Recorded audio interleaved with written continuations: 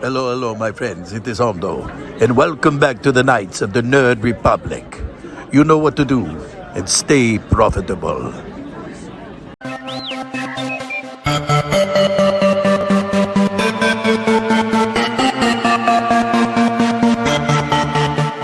The Nerd Academy podcast is released weekly at 12 p.m. Eastern Standard Time, available on our website at www.thenerdacademypodcast.com and wherever you listen to podcasts. You can find the Nerd Academy podcast on Facebook, Twitter, Instagram, and YouTube. You can also help support the show by going to patreon.com/The Nerd Academy podcast, where every donation allows us to bring you more exciting content every week.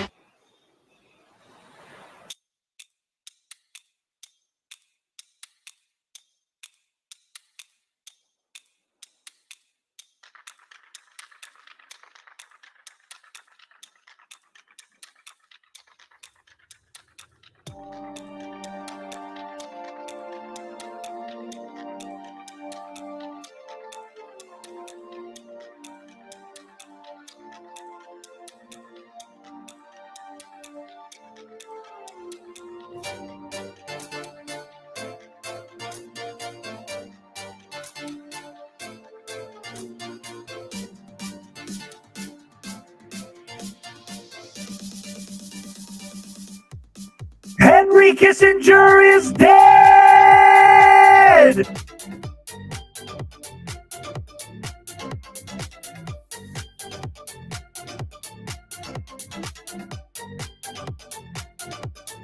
Kissinger is dead.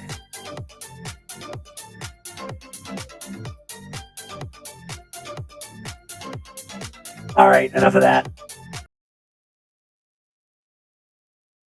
Hello there, and welcome back to the Knights of the Nerd Republic, the show where your favorite nerds talk all the news from the galaxy far, far away. I'm going to turn it off now, I promise. Okay. I re-upped voice mod because Bastard Season 2 is coming, and I was like, I need a new Fabian Martel helmet voice. And I love that. I re-upped it just in time to do some auto-tune. Henry Kissinger is dead. No, we're back. We got a fun little news roundup for you guys. Very excited. Gonna have some interesting conversations, and then we have a fun little segment for you guys at the end of the show. That I still don't know what it is. Kason does not know exactly what it is. So but you're yeah, aware, I'm not. Kason, how you doing, buddy? Oh, real quick, before you answer that, I just want to say real quick, Ionized Bastard Season 2 coming out very soon. Assuming plans stay what they are now, we are going to be recording Season 2, Episode 1 next week. And I think we're going to record a few episodes to bank up before we start dropping new episodes. In the meantime, Kason, who I want to give flowers to on air, is working very hard on a Season 1 recap. So for anybody who has not seen Ionized Bastard Season 1 and you're looking, you want to start watching it because you hear me and Alden and Jerry and Michael and Dan talk about how much we love it. Kason's putting together what I think will end up being like a, roundabout, 15, 20 minute, maybe shorter than that. We're not 100% sure yet. Recap. So you can just kind of mainline Season 1 and jump right into Season 2. I've seen like the first chunk of the trailer that Kason has worked on. It's great. It captures the spirit of the show so well. Pardon me. But it captures the spirit of the show so well. It's absolutely fantastic. And I can't wait for you guys to see this. I keep calling it a trailer because it originally started as that, and then we made the decision to go in a different direction. But I'm excited for you guys to see the recap. I'm excited for Season 2. I'm looking right over at my binder with all my Fabian Martel stuff right now. I can't wait. Ionized Bastard season 2, all remaining systems, and then the Ionized Bastard season 1 recap is going to be on this channel, and it's going to be on all remaining systems as well. So keep an eye out for those when they drop. So yeah. Anyway, Kason, how you doing, buddy? Not too bad. Yeah, pretty much just working on the trailer, working my normal day job, and yeah, pretty much it. Playing some video games, trying to finish Spider-Man because my roommate and I have been playing it together. Hell yeah. It's been kind of hard to line up the time to actually get the rest of the way through it. Where are you at in Spidey? We are at the tail end of the Venom story, I believe. Like the Venom, like the Peter having the black suit, or? Oh no. So Harry got the symbiote back. Okay. And is full Venom at the moment. He's venoming. Okay. Yeah, he's venoming. The hives are all over the place and everything. And we're at the point where we're about to meet up with everybody at May's house. But then I went to go there, and it was hey, just so you know. I was about to say, yeah, you are at the end of the game. Yeah, it was this is your last chance to, do side quests and upgrade suit tech or whatever, do what you want to do. And I was all right, we're going to go do the rest of the side stuff, and we're going to get some upgrades. We're going to get some new suits, You're gonna need it. Yeah. I don't want to freak you out there. Your case, and Travis and I did a spoiler free here's what we think about the game part of the game episode, and he was like, yeah, I'm literally about to walk into May's house just like you are. And I was like, well, have a good time. He was like, I'm gonna beat the game after we're done recording. I said, you're in for a treat. I'll hear from you in about an hour and some change. And he was like, what do you mean this final fight takes an hour and some change? I was like, good luck. So have fun, kids. I reiterate, good luck. But I did do it to myself a little bit because I did put it on spectacular difficulty. So I have only myself to blame for how out of fucking control that fight is. And yeah. I was we started both playing it. Initially we were switching off, and I was doing I think I was doing some friendly and then some amazing, I think. And my roommate kept putting it on spectacular. And then a couple times we'd switch back, and I forgot to change it, and then I was like, oh, I can actually play at this level. That's crazy. I didn't think I was able to do that. So we've been just leaving it there. The first game, a lot of people complained about how it kind of is a little too easy, even on the hardest difficulty. Anytime I replayed the first game, I played it at ultimate. Yeah. And I played it on spectacular the first time I played it. So I was happy with the difficulty increase in the second game. And dude, it gets rough in there in some spots, especially when you're fighting the symbiotes. I really like the way that they make it clear Peter needs the anti-venom suit to be able to handle this threat. Yeah. 100%. So I love it, and I can't wait to hear your thoughts once you finish the story. And if that just puts you in a Spider-Man mood when you're done watching this, everybody go watch our review of the Spider-Man story. We did with Mitch from Comic Book Cast.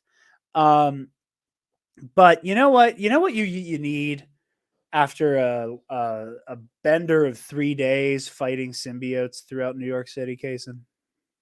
You need some Star Wars. Maybe. Well, that's what you're saying. Close, you need some Sunday's Bloody Mary. Okay, listen, that was my first reaction. I was gonna go, you need a Sunday's Bloody Mary, and then I was like, oh, we're talking about Star Wars, and I thought the ad was still gonna be in the intro thing. No. The main reason I was doing a lot of the I'll just edit everything in was because I already had to sit down and edit the little strike bumper I made. Oh yeah. For the strike bumper, I used it first. It was more of it wasn't just the statement. It was a conversation about what's going on with these strikes, why these strikes are important. Yeah. And then once the WGA strike had ended, I was like, okay, I think we can pare this down to a shorter one that I can run at the beginning of the show, especially because it felt like the strike was coming towards its end. Right. And only half of what I was saying was still accurate because the WGA strike had ended. So that was why I was putting a lot of that. Like, I was like, fuck it, I'll just do all of this in post. Yeah, absolutely. Yeah, just get the first like 3.5 minutes of this just knocked out of the way. Done. Yeah. But anyway, you guys know the drill. Sunday's Bloody Mary has the most badass Bloody Mary accoutrement in the galaxy with their 3-time award-winning spicy Caesar mix and their mild and traditional mixes if the spice ain't for you.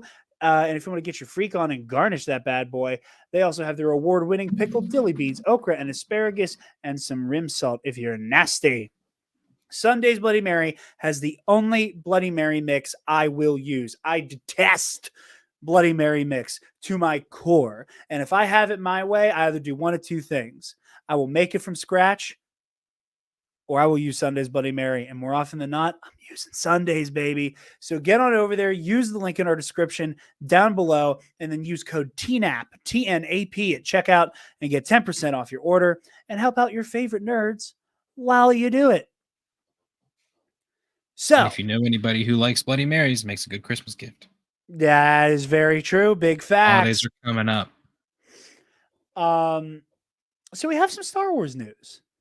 Yes, we do. They vary in weight significantly. One of these, it was kind of a nothing burger story in my opinion, but a lot of people are talking about it, so I figured we'd take a pass at it. Another one I think has been a lot of like bad faith discourse that really frustrated me. And then the other one, the last one, is fucking huge. Pretty cool, I'm not gonna lie. And we're gonna talk about them in that order. So first up, from Variety, Elise Schaefer, Daisy Ridley teases new Star Wars film. It's not what I expected. Daisy Ridley is gearing up to reprise her role as Rey Skywalker in a new Star Wars film and has revealed the storyline is, quote, not what I expected. In an interview with Collider, Ridley reminisced about her surprise appearance at London's Star Wars Celebration April, where it was announced that Rey would be the focus of the first film, Star Wars feature film since 2019's The Rise of Skywalker, also taking place 15 years after Episode 9. Quote, I was shitting myself before I went on stage because no one knew I was going to do that. No one knew I was going to Celebration, bar like Kathleen Kennedy, and there were a couple of people, Ridley told Collider. I was so nervous. Oh my God, it was such a wonderful reception. As for the plot of the film, Ridley teased, I'm very excited. The story is really cool, and I'm waiting to read the script because obviously I don't have any other updates. It's not what I expected, but I'm very excited. The new Star Wars film will be directed by Sharmeen Obaid Chinoy of Ms. Marvel, from a script from Stephen Knight of Peaky Blinders and Daredevil fame. The movie has previously been said to follow the events of The Rise of Skywalker, centering on Rey as she builds a new Jedi Order. Since Rey's return was announced, fans have been speculating if the new movie will be just a one-off or if it could start a new series of films in the Star Wars universe. When asked if she could see her next movie being the start of a trilogy, Ridley said she's only aware of one storyline thus far. Quote, I know the storyline for one film. That's not to say that that's all it is, but that's what I was told about. And imagine it will be the next film, I think. I mean, again, I don't know post-strikes and everything, how quickly everything will start up again. But yes, so far, I know the story of one film, and I think people will be very excited. There is also, I believe the understanding is that the new Jedi Order movie will be beginning being production next year, early next year. So really hoping for a 2025 release. I'm ready to get back in the theater and see a Star Wars. You know, Same. I've been living off of seeing older Star Wars in the theater. You know, I saw Empire in the theater. I saw Rogue One in the theater leading up to Andor. Kason had the distinct misfortune of being in the same room as me when we saw Return of the Jedi in the theater. Again, I spent the entire back 15 minutes weeping.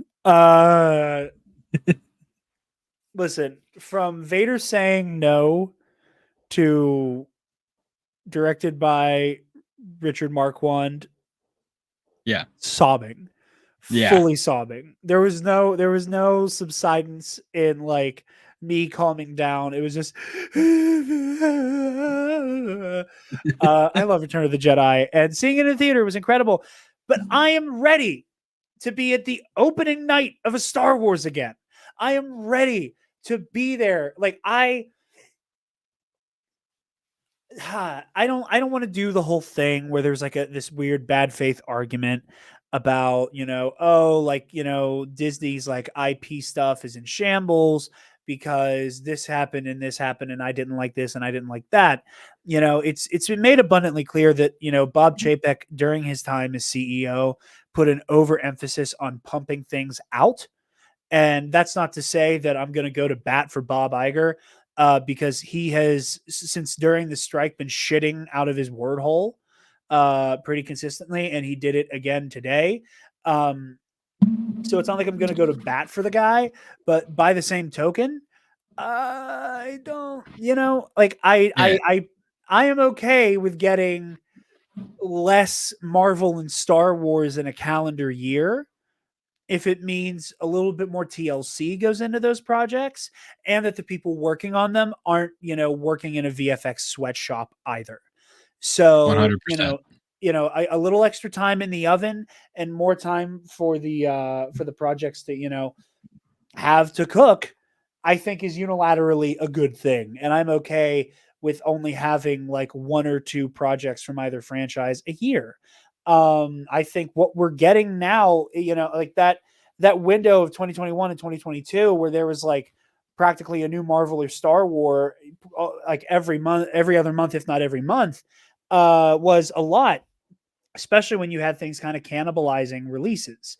You had Tales of the Jedi dropping in the middle of Andor.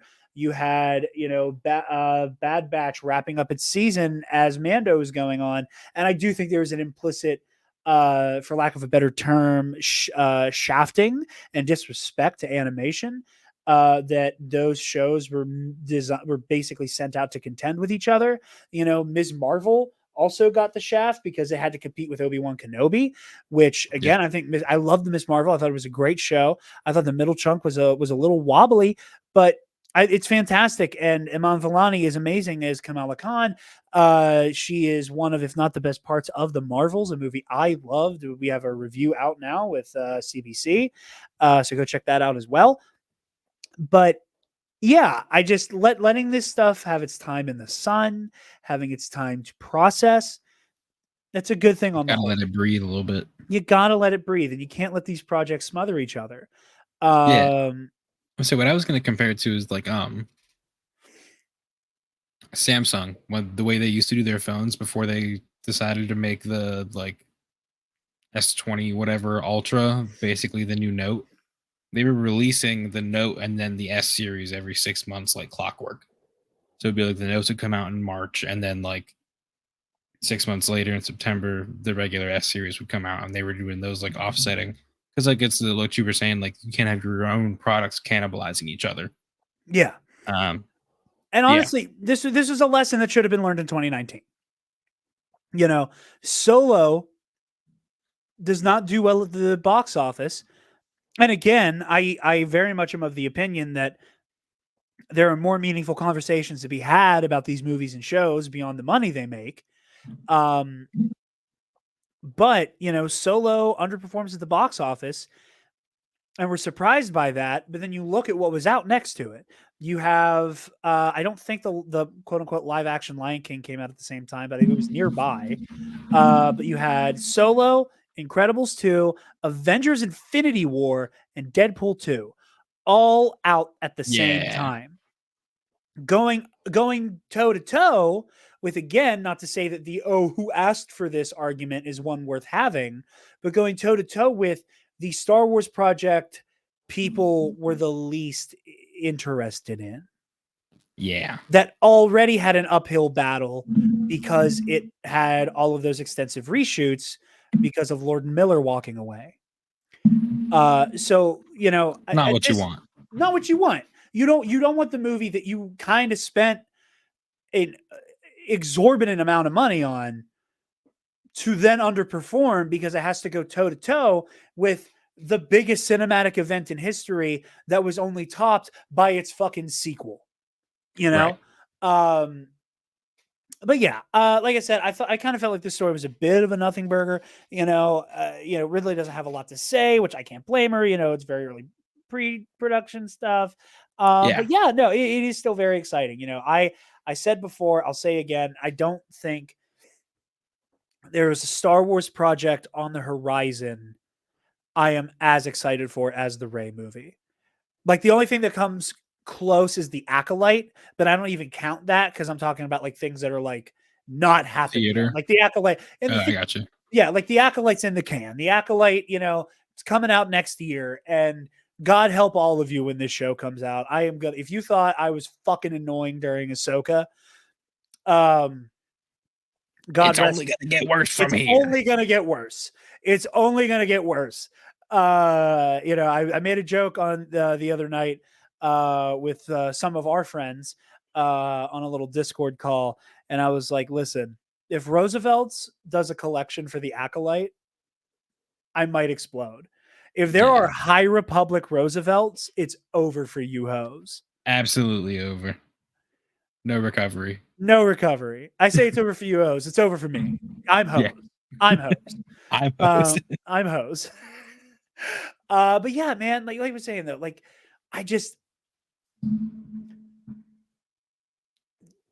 the modern era of Star Wars was so electric and beautiful.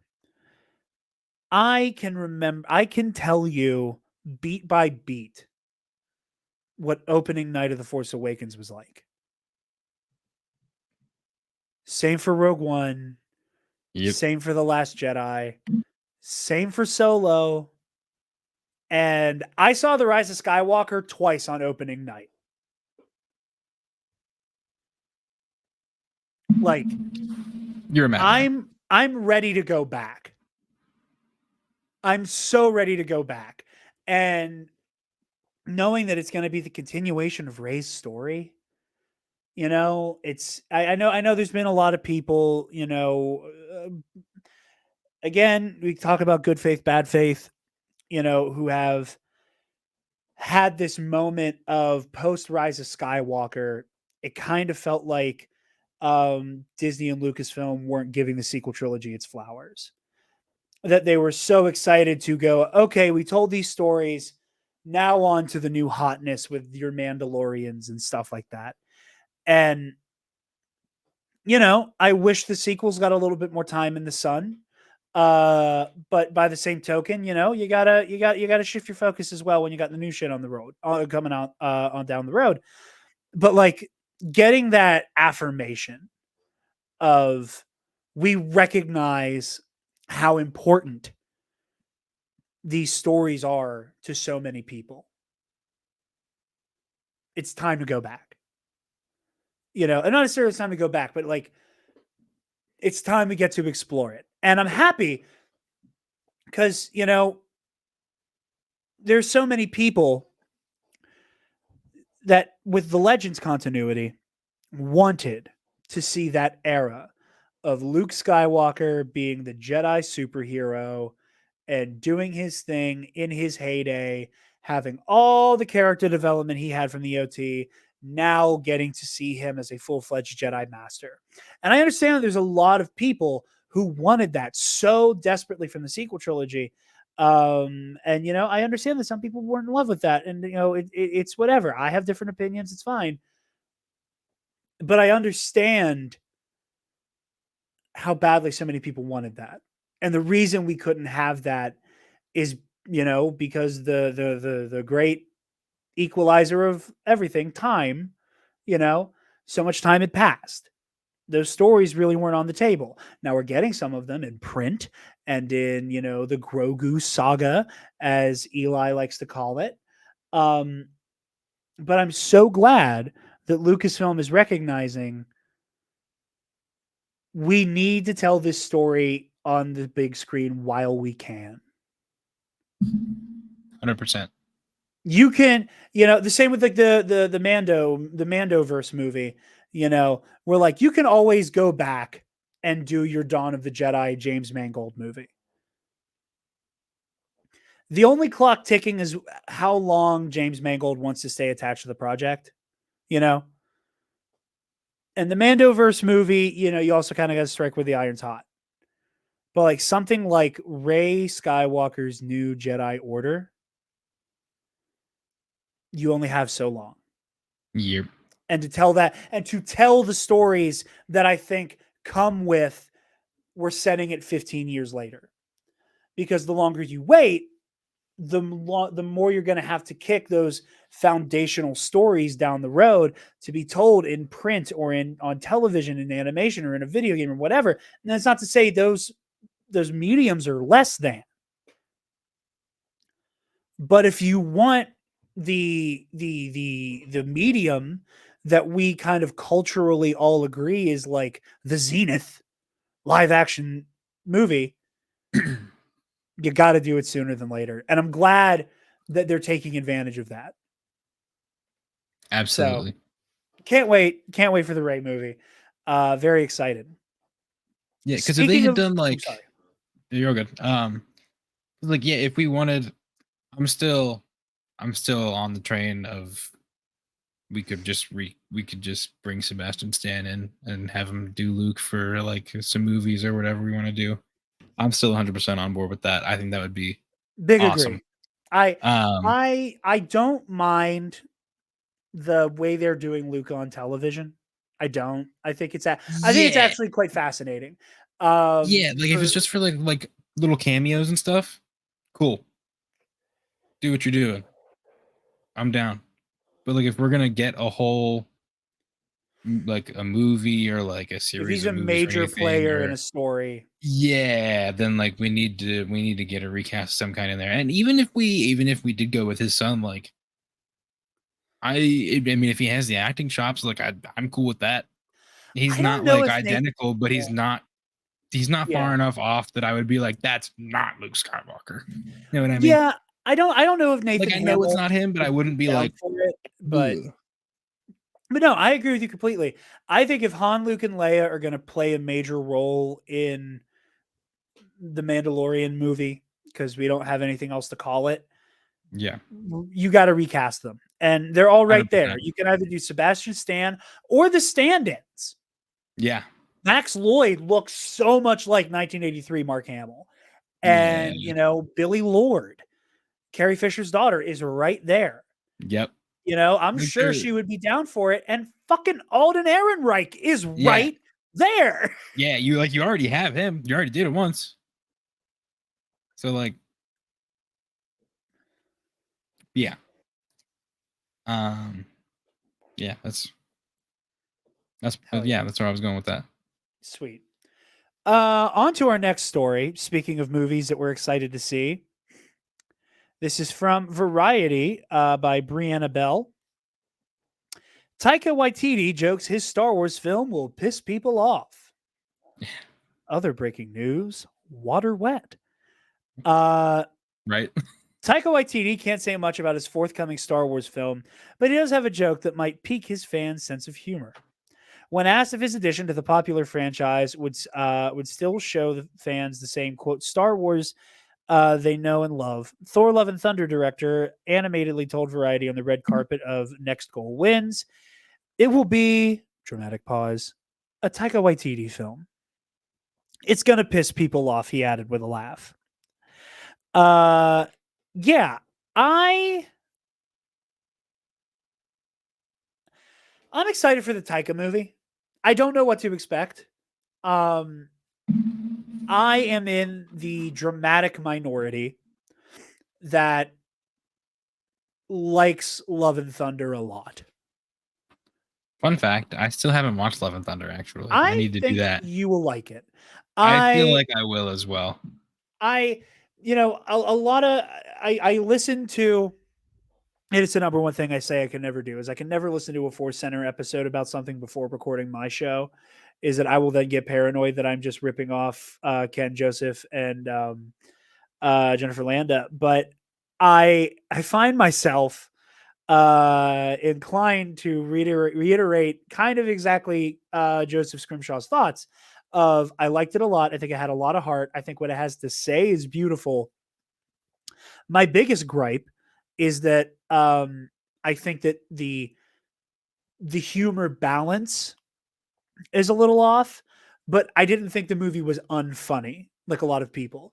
On the Okay. topic of Joseph Scrimshaw and Thor: Love and Thunder, I'm just giving everybody, hey, here's other things to watch or listen to when you're done here. One of my favorite episodes of Octo Radio. Alden sat down with Joseph Scrimshaw and did an episode about how Thor: Love and Thunder is an amazing Star Wars movie. Ooh. Alright. So Kason, watch Love and Thunder and then listen, and then just to listen to that episode because Alright. it's fantastic. It's one of my favorite Alden Diaz joints. But no, I'm excited to see what Taika brings to it. People love to just talk about his sense of humor and like flatten a lot of his storytelling to that. Yeah. But you need to also acknowledge things like Jojo Rabbit, things like Ragnarok, things like his episode of The Mandalorian. Yeah. That yes, there's the humor there, even in The Mandalorian. Like that's the episode that begins with Jason Sudeikis sucker punching fucking Grogu, and some people can take or leave that scene. As much as I love that baby, I thought it was kind of funny. Yeah. I am the serial crier when I watch The Mandalorian, and it was funny. I think part of it was because I get the catharsis of IG-11 just gunning those motherfuckers down in cold blood. So maybe that's part of it for me. But you get so many incredible moments, like emotional beats, like IG-11 sacrifice, like the beat where Din takes his helmet off, the way that Din is so ready to give his life. You get incredible action beats like the speeder bike chase, like Din flying up to face Moff Gideon's TIE fighter, all of the action beats of Thor Ragnarok, the fighting pit between Hulk and Thor, the final battle in Asgard where, I just want somebody, and again, I don't know or don't know what to expect in terms of if Taika's going to make a movie about a Force user. But like, imagine Taika Waititi's eye for action moments, like Thor soloing Hela's Army of the Dead. Yeah. But that's a Jedi Knight. Yeah. No, that's that's what makes me excited about it. Is that he does have that eye for like action and everything. But like I also I like the funny and the campy of Star Wars too, and that's that's the other thing that I think will make it so good. Because like that's how it was originally. Like, that's what the OT is. Yeah, absolutely. Like, I mean, like the action in the OT is good. I don't think it's like, and then like this, like Star Wars isn't action movies necessarily. You know what I mean? Like it's sci-fi movies, sci-fi fantasy type shit. Yeah. But yeah, no, I think that his eye for action combined with his, storytelling and ability to be funny and campy and all that stuff, I think it'll make for a pretty good Star Wars project. Yeah, I couldn't agree more. That's absolutely, I agree with you.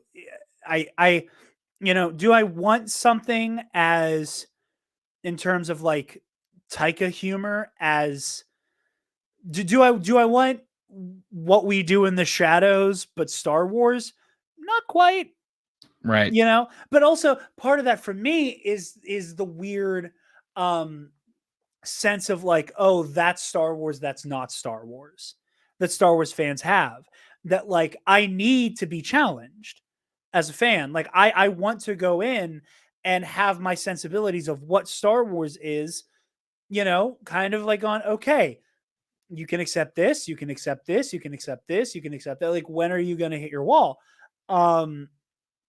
It's like the phrasing Alden uses that I love so much about Rogue One and Andor is that, they kind of run up to the fence of what Star Wars is and shake it really hard, but it never climbs over the fence.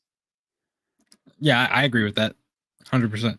And that's in terms of like the darkness of it and like, like kind of the grim setting.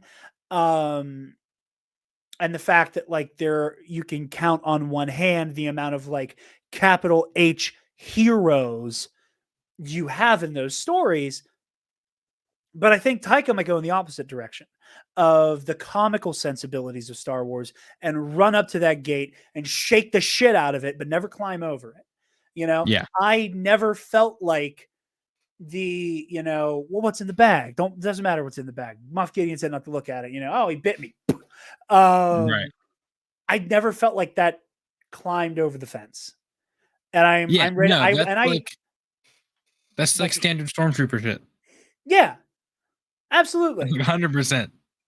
And I'm very excited to see Taika run up to the fence and shake it. Yeah, and let him do his thing. Yeah. So Taika pissed me off. Do your worst. Our last story, not our last segment. The reasoning for both of our on-screen names tonight. Yeah. We have a Vanity Fair story from the one and only Anthony Bresnikan. Star Wars undertakes universe-shaking changes after Ahsoka. We're going to be kind of just going through the full article here. Dave Filoni has a new mission in the Star Wars universe after guiding Rosario Dawson's force-wielding hero to distant celestial realms in the first season of Ahsoka. The writer, producer, director who started out working alongside George Lucas on the animated Clone Wars show nearly 2 decades ago, has ascended to a new position at Lucasfilm, one that will give him input into all the galactic storytelling going forward. Quote, "Now I'm what's called Chief Creative Officer of Lucasfilm," Filoni tells Vanity Fair, which places him into the development process much earlier in a much more expansive capacity than his previous advisory duties. In the past, a lot of projects I would be brought into, I would see it after they had already developed in a good ways. Filoni will now work more directly with Lucasfilm president Kathleen Kennedy and alongside Carrie Beck, a veteran producer turned head of development to originate and shepherd the next generation of Star Wars shows and movies. After spending many years involved in the creation of Star Wars animation, including Star Wars Rebels, he became increasingly involved in live action as a producer with Jon Favreau on The Mandalorian and Book of Boba Fett. In this new role, it's opened up to basically everything that's going on, Filoni says. When we're planning the future for what we're doing now, I'm involved at the inception phase.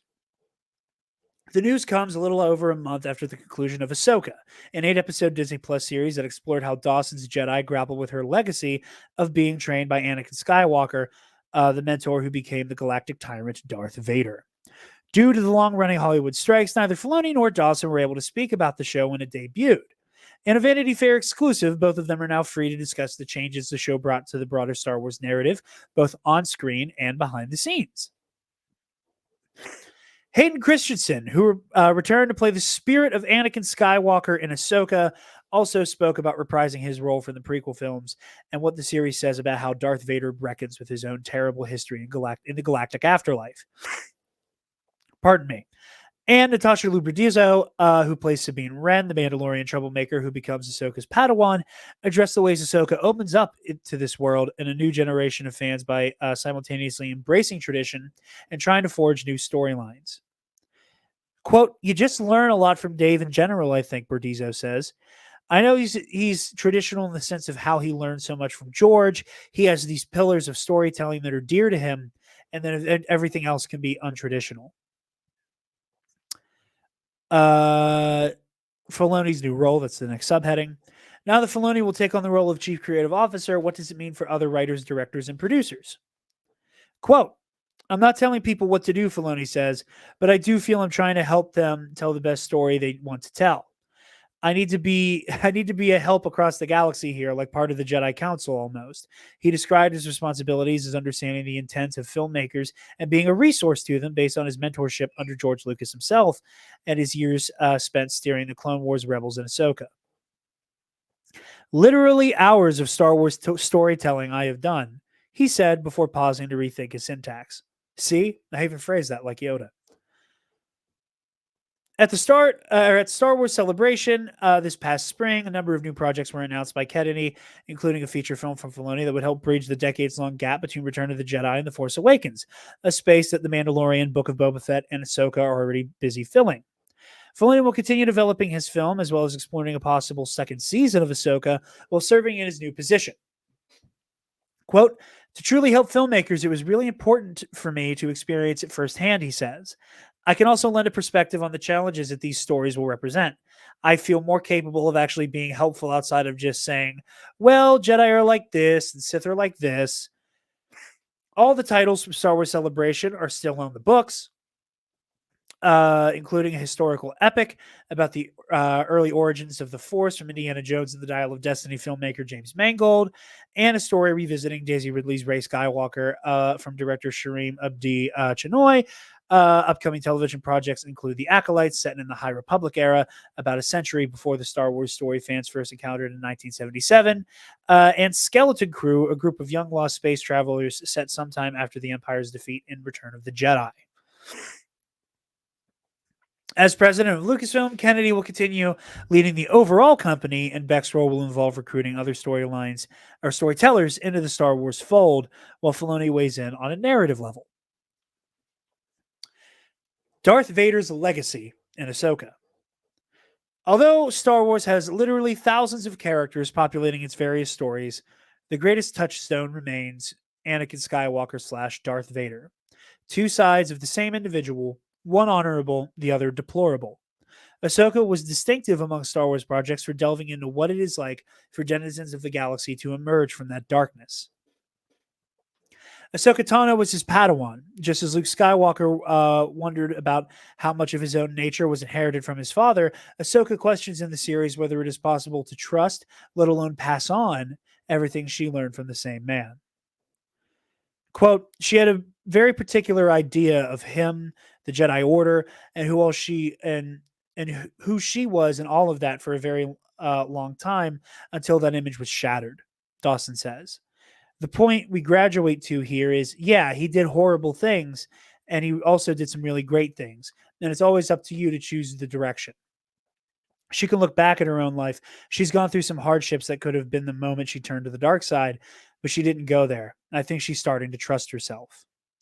The series continues an arc from the animated Rebel series set at the beginning of the Galactic Uprising when Vader was at full power as an Imperial enforcer, and Ahsoka came face to face with her former mentor. While I was, quote, while I had introduced in Rebels the idea that she came to understand that Anakin had become Darth Vader, I had never really dealt with the fallout from that, Filoni says. How does that affect somebody when a person that they really admire and look up to turned out to not be the person they thought they were? Are we all just capable of a fall from grace? And what is forgiveness? What shape does that look like? Did I take the good parts of this person with me as well as the bad, or am I just the good? I thought there was a lot of interesting challenges for her.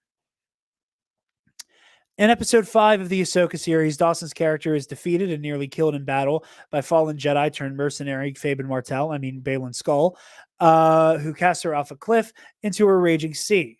She then goes through what appears to be a near-death experience, transporting her to the liminal space known in Star Wars as the World Between Worlds, where the spirit of Anakin helps guide her through the conflict rising within her. Maybe he's also a warning of what can still happen, but it's still significant in a positive way if you want it to be, Dawson says. In many ways, the character of Ahsoka Tano is growing up along with the fans who first encountered Ahsoka when they were children watching the animated series in the late 2000s. The things she asks in the Ahsoka series are grown-up questions of legacy and destiny. Is she on the right path? Should she discard her past in order to move forward? Or are flawed things worth still preserving? Quote, we were able to take a little bit more time to go, what does this feel like? What does this mean? And explore the choices that come from that kind of reckoning, Dawson says. We've seen that when she decided to leave the Jedi Order, we saw that when she walked away from Anakin. There have been pivotal moments like this that felt like seminal moments again. This is a different rite of passage. Hayden Christensen's return as Anakin Skywalker. The World Between Worlds sequence in Ahsoka opened the door for Christensen to return as Anakin Skywalker, reprising the role of the brash young Jedi he first performed in Attack of the Clones and Revenge of the Sith. The actor previously came back as a scarred and broken Darth Vader in Obi-Wan Kenobi, but Ahsoka offered him a chance to revisit the character post-redemption. Christensen says he played it with a deliberate sense of uncertainty. Is this really him, or is it a figment from Ahsoka's troubled mind? Quote, that's the beauty of how the episode is constructed, in my opinion, the actor says. Inevitably, the audience has to question what it is they're watching. Is this really the world between worlds? What is the world between worlds? Is this actually the spirit of Anakin Skywalker, or is this all in Ahsoka's subconscious, and we're going down the yellow brick road as she's drowning and fighting for her life? I think that the episode provides a few really good clues, but it doesn't spell it out for you. Filoni prefers to leave the mystery open to interpretation, but he defers to Lucas as a definitive storyteller on Vader. For him, this show is about how Ahsoka's character dealt with her past, rather than continuing the cautionary tale of Anakin Skywalker as a Force ghost. My feeling about Anakin is that George resolved everything about Anakin. I don't think I have to do anything there. I'm not trying to add anything to that, he says. Everything Anakin's involved with is about her. It's about her point of view on Anakin. It's about what Anakin taught her. He's in there more of an Obi-Wan Kenobi role than we saw in the old movies. Pardon. Still, Ahsoka suggests that even after Anakin's story was completed, the character continues a Jekyll and Hyde struggle to maintain his decency, with Vader still lurking somewhere within. Flashes of Darth Vader lurch out of Ahsoka's visions, or maybe that's just Ahsoka's imagination.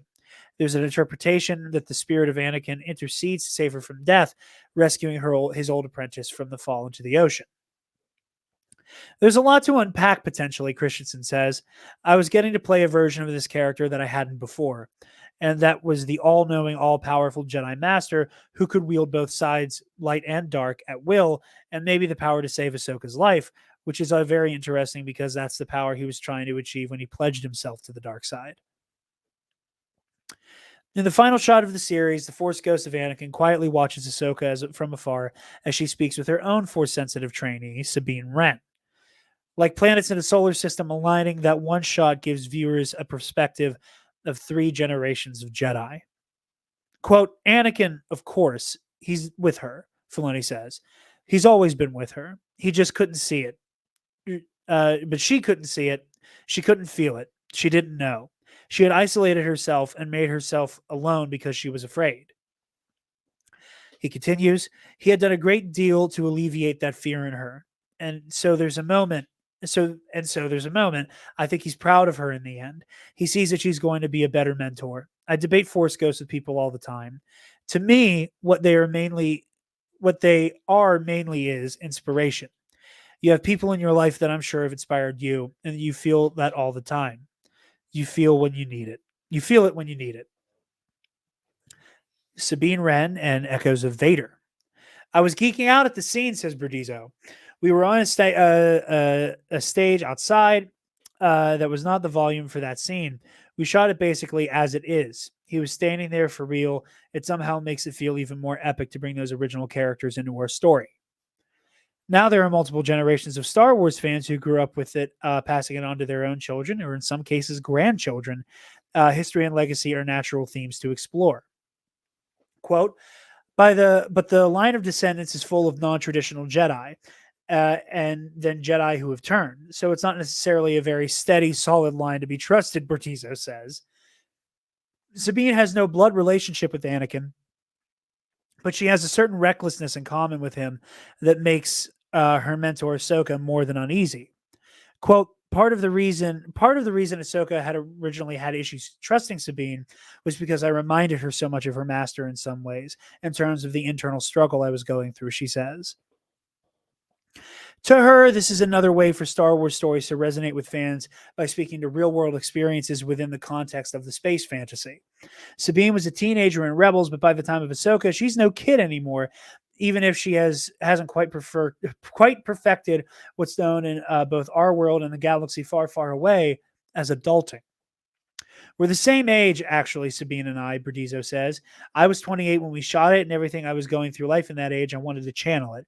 She wasn't a teenager anymore, but she's still someone who needs guidance. Where I was at in my life was very parallel to her. I was just at a big crossroads. Your late 20s can be kind of rough. You're getting past a lot of stuff that used to interest you and moving into a new chapter. The Force and Sabine trying to achieve use of the Force was such a metaphor for me trying to achieve that groundedness in real life. It just made me laugh. A lot of the time I would read episodes and be like, I can relate to that. Obviously, I'm not trying to achieve the Force, but it's all related. She sees the first season as setting up enduring drama between Ahsoka and Sabine, whom she describes as stubborn with a lot of walls up. Quote, hopefully that can evolve, Berdizo says. It didn't have enough time to evolve that much in season 1 because you're learning about these characters. They're also going through crazy upheaval and war and problems, so we'll see where that goes. Opening an entire new galaxy.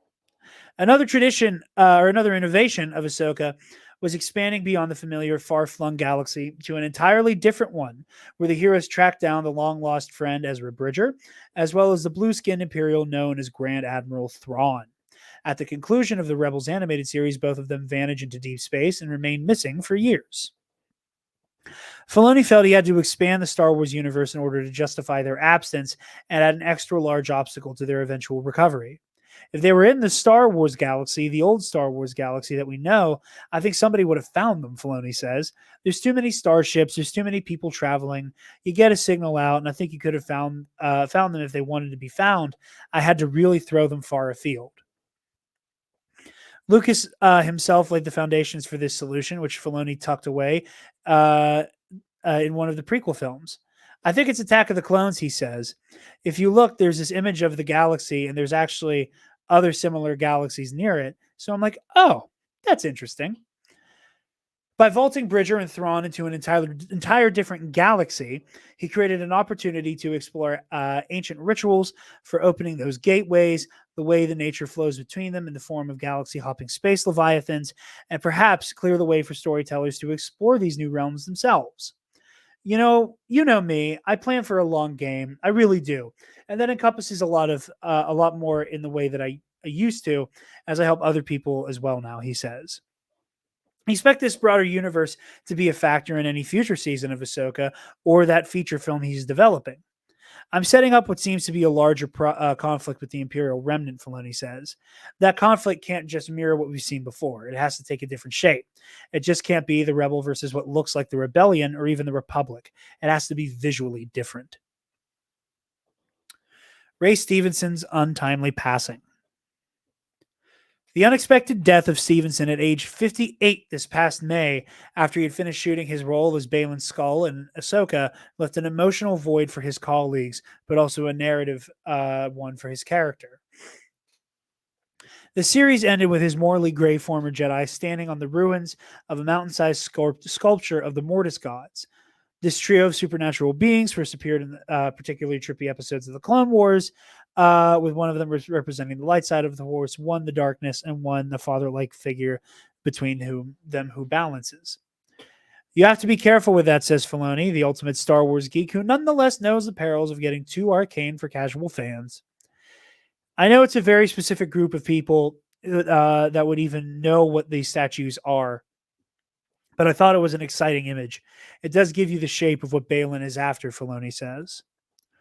To Filoni, Baylan is a seeker just like Ahsoka, someone wrestling with the memory of what he was taught and the subsequent disillusion that set in. He's a person that survived the Clone War, that was trained in the waxing, waning days of the Jedi Knights, just like Anakin. He saw his order, he saw his way of life fall apart, and he's basically deemed it a failure. That way did not work. It's not something that worth resurrecting, which is why he tells Shin Hati, I didn't teach you to be a Jedi. I taught you to be something more.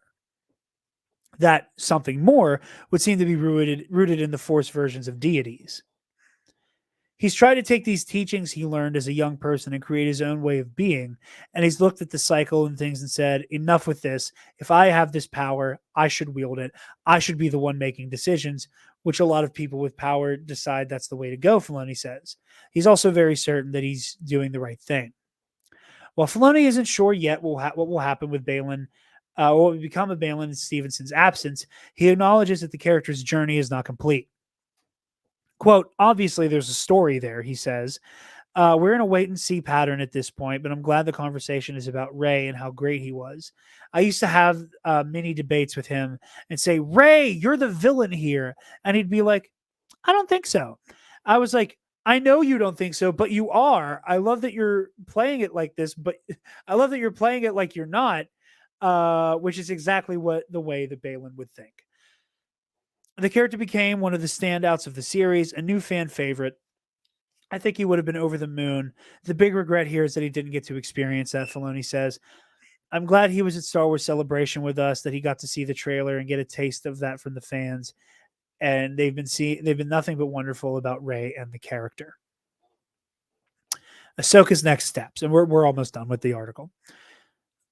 Dawson has said she hopes to play Ahsoka Tano, quote, for the rest of my life, following her journey into whatever counts as old age for a Togruta with a penchant for getting into life-threatening danger. While the prospect of a second season seems assured, nothing is finalized except Lucasfilm's willingness to continue Ahsoka's story.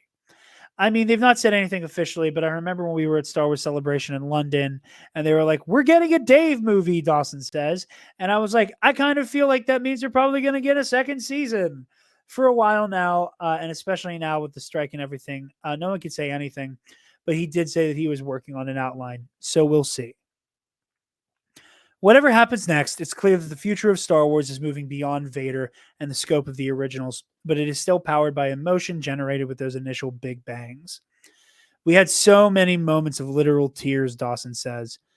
She cites one in particular, the day Darth Vader was on set for a flashback sequence. I have a video of some of us with the crew just watching when Darth Vader was walking up. We just wanted to be on the edge, just off camera, so we could watch him unencumbered with our own eyes, just take it in. Are we really seeing what we're seeing right now? This is unbelievable. Kason. Yeah.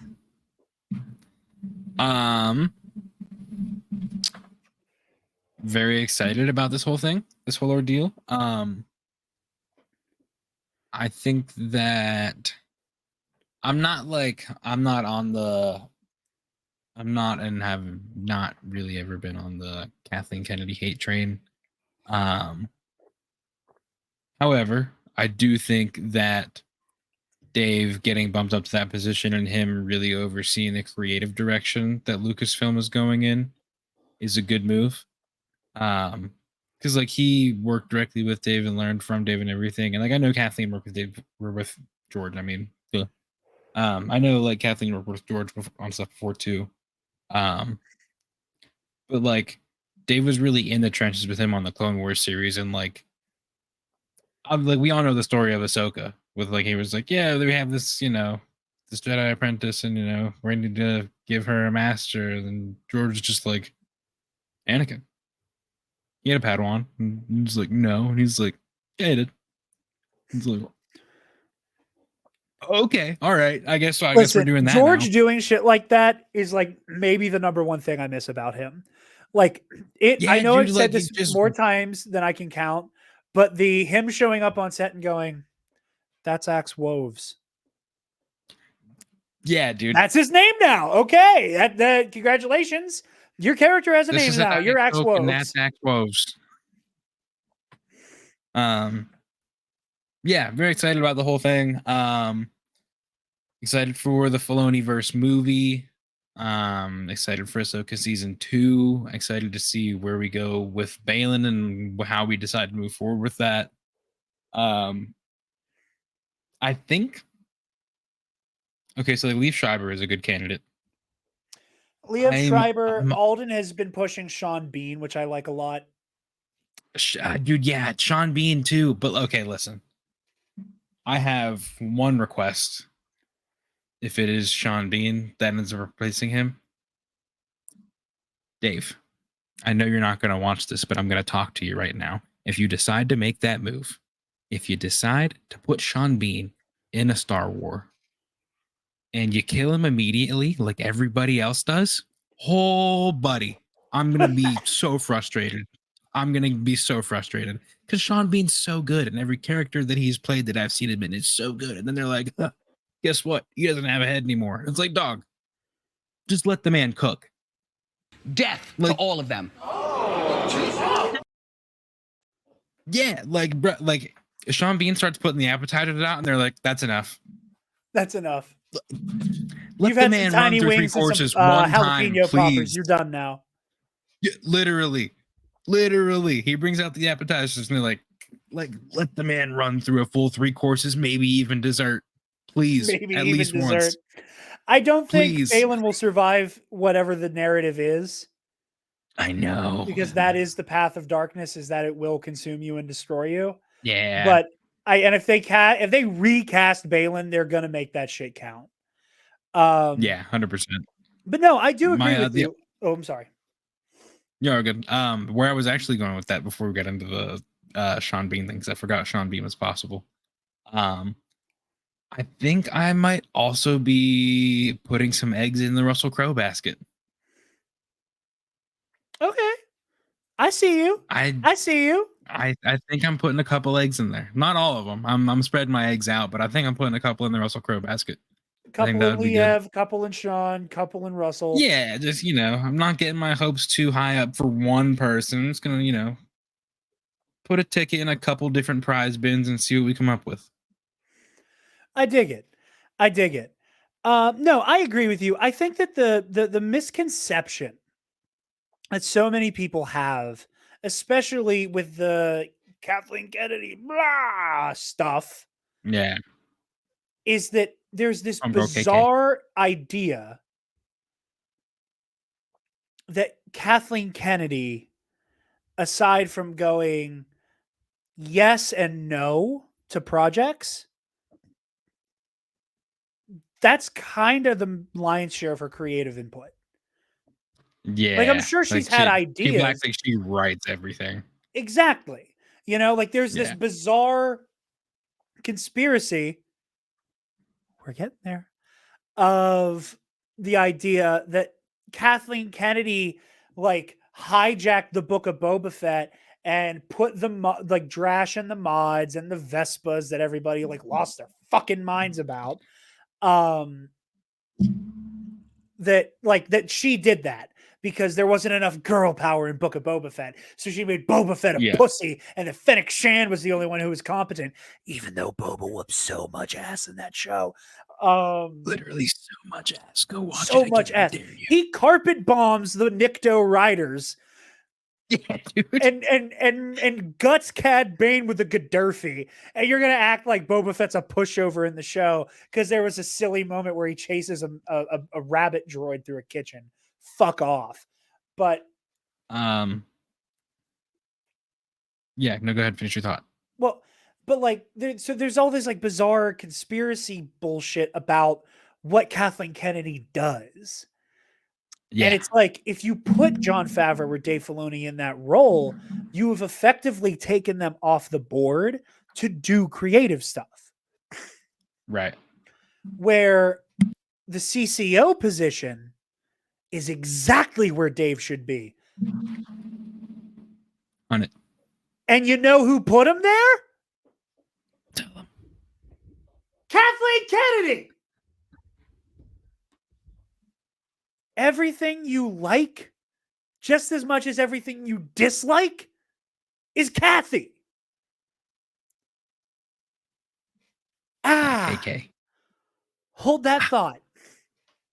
The other thing that makes me really happy, as I said all throughout our coverage of Ahsoka, was that I am so giddy to finally see Dave and Rosario and Hayden and Natasha all get to finally talk about making Ahsoka.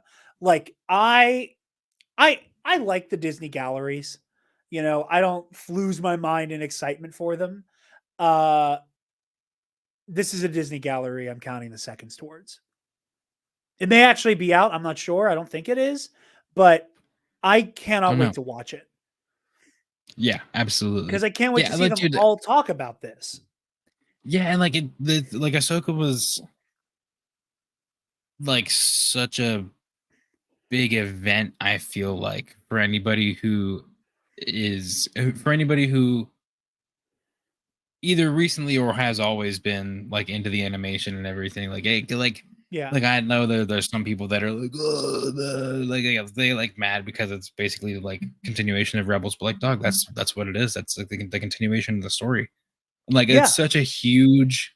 The whole show, honestly, was just like such a huge payoff to everybody who watched the Clone Wars, who watched Rebels, like all that stuff. While And still like taking a gentle guiding hand to people who didn't. You know, Taylor's yeah, like only it's seen still like a explain stuff. third of like the essential Clone Wars episodes. And like the only moments she was like, I'm completely lost were the moments that like were brand new to everybody. Like shit like Yeah, Peridium, you know, where she was like, yeah, what the fuck is going on? I'm like, I'm just as in the dark as you, babe. Like, yeah. I am lost too. And that's the point, Hey, you we're know? both new here. Um, Yeah. Uh, yeah. Wow, what was I gonna say? Oh, okay. Listen, do you watch South Park at all? I a don't think little we've ever bit even here talked and about South there. Park. A little A bit. little bit Okay. here and there. I haven't watched the fucking Kathleen Kennedy episode yet. Okay. So listen, I watched the Kathleen Kennedy episode, right? Because like we had some friends over, we were like mid dinner or whatever. We're like, oh, let's just watch South Park, and I was like, okay, cool. And then they put it on, and it was like, oh yeah, this is the Kathleen Kennedy episode, and I was like, oh, this is about to be insane.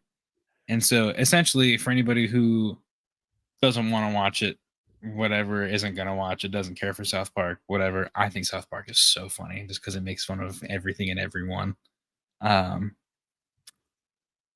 Basically the whole time initially that's Kathleen Kennedy that's in the story initially in the episode is just Cartman dressed up as Kathleen Kennedy, basically, but like from an alternate universe because she used the Pander Stone and opened a portal to an alternate universe.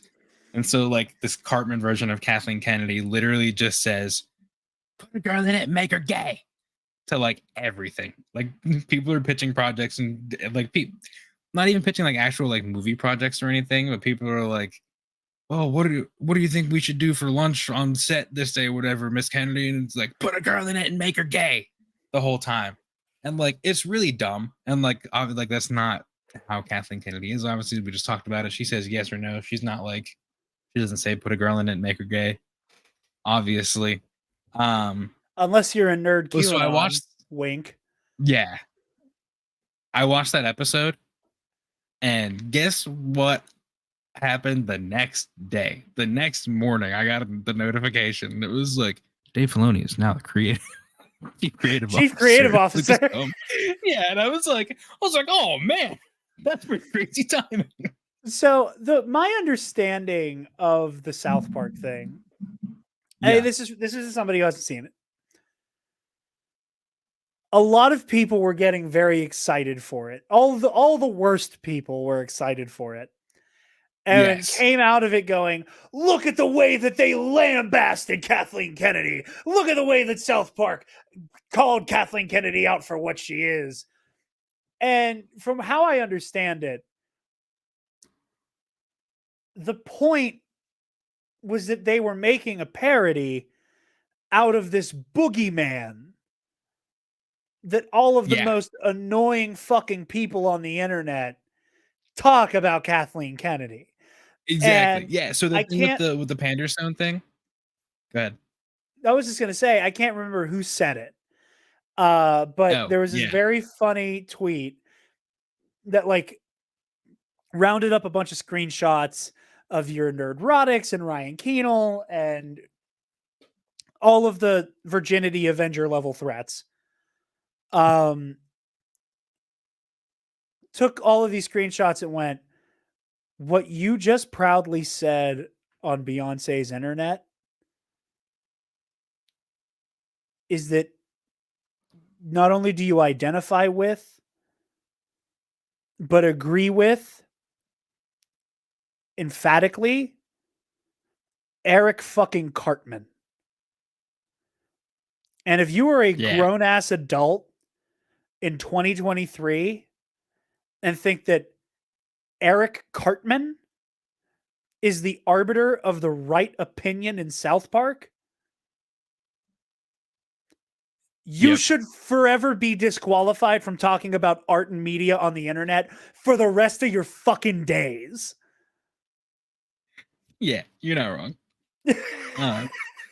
Yeah, the whole whole Panderstone thing is like the Eric Cartman version of Kathleen Kennedy is the one who continuously used the Panderstone, I think. Or it might have been, I think it was like actual like real world Kathleen Kennedy that used the Panderstone and then like got out of hand because like evil Kathleen Kennedy had like already been using it and was trying to open the portal, so all it took was regular Kathleen Kennedy to use it like twice. But yeah, so then like Cartman gets transported to the alternate universe where like everybody is a girl and gay basically, or whatever the fuck it was. I don't remember exactly. And then like he meets up with like the like actual Kathleen Kennedy there, and she's like, I've been looking for you, and he's like, ah, get away from me, I hate you. And she's like, no, Eric, you don't understand. We're in the same position. He's like, the Kathleen Kennedy over there, that's not me. That's the one from here. She's the one that's been making all these decisions. I didn't do this. Yeah. It's pretty funny. I went into it thinking that it was going to be like I thought it was going to be manifesto. Yeah, I thought it was going to be the South Park guy was just straight shitting on her. But then I was like, oh, okay, no, this isn't bad. This is cogent satire of the fandom menace, and hilariously, the fandom menace loved it and thought they were right. Yes. Again, it is Yes. people who have like Punisher MAGA stickers, or my favorite where it's like MAGA, but it's in the shape of the Rebel Alliance symbol. And it's like, buddy, that, let me tell you, if you guys were in the Star Wars universe, you're not flying X-Wings. That is not who you are. There are no X-Wings in your hangar. If that's the side you, if you, Yeah. But yeah, so much of this article is talking about the making of Ahsoka, about what the show is, what it's about how rich all these characters were and their motivations and their ethos and where they are emotionally. And you get that revelation that Dave Filoni is the CCO of Lucasfilm now. But Kason, what if I told you Oh no. that one of the great entertainment journalists of our time, one Dictor Van Doomcock, had a different takeaway? Hello, everybody. Welcome to Knowledge Fight. Kason, would you like to watch a Doomcock video with me? Sure.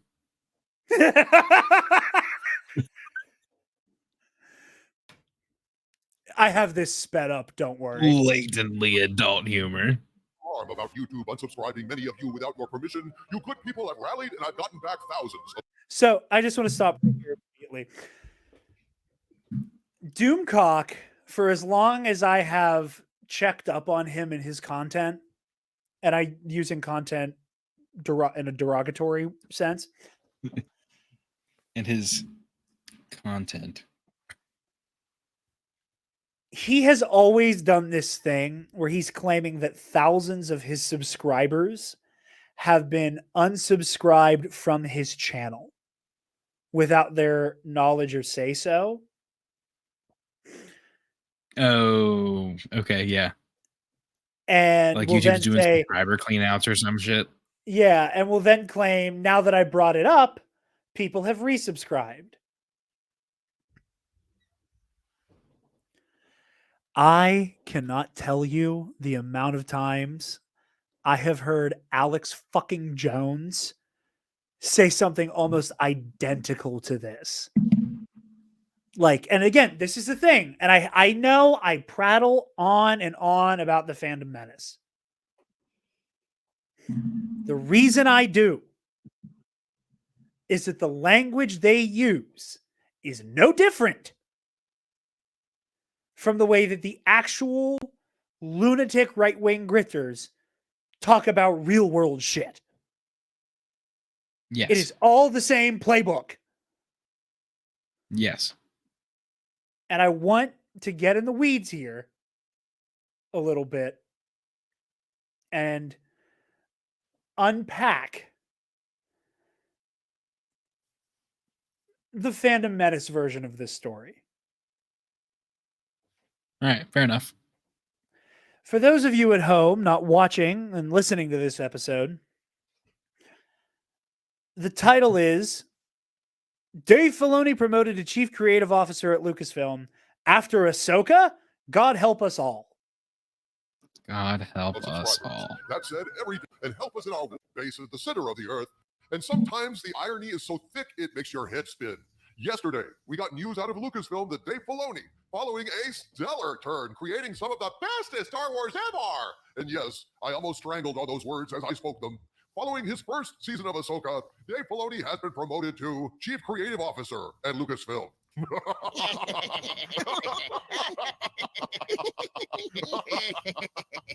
Chief Creative Officer of Lucasfilm, eh?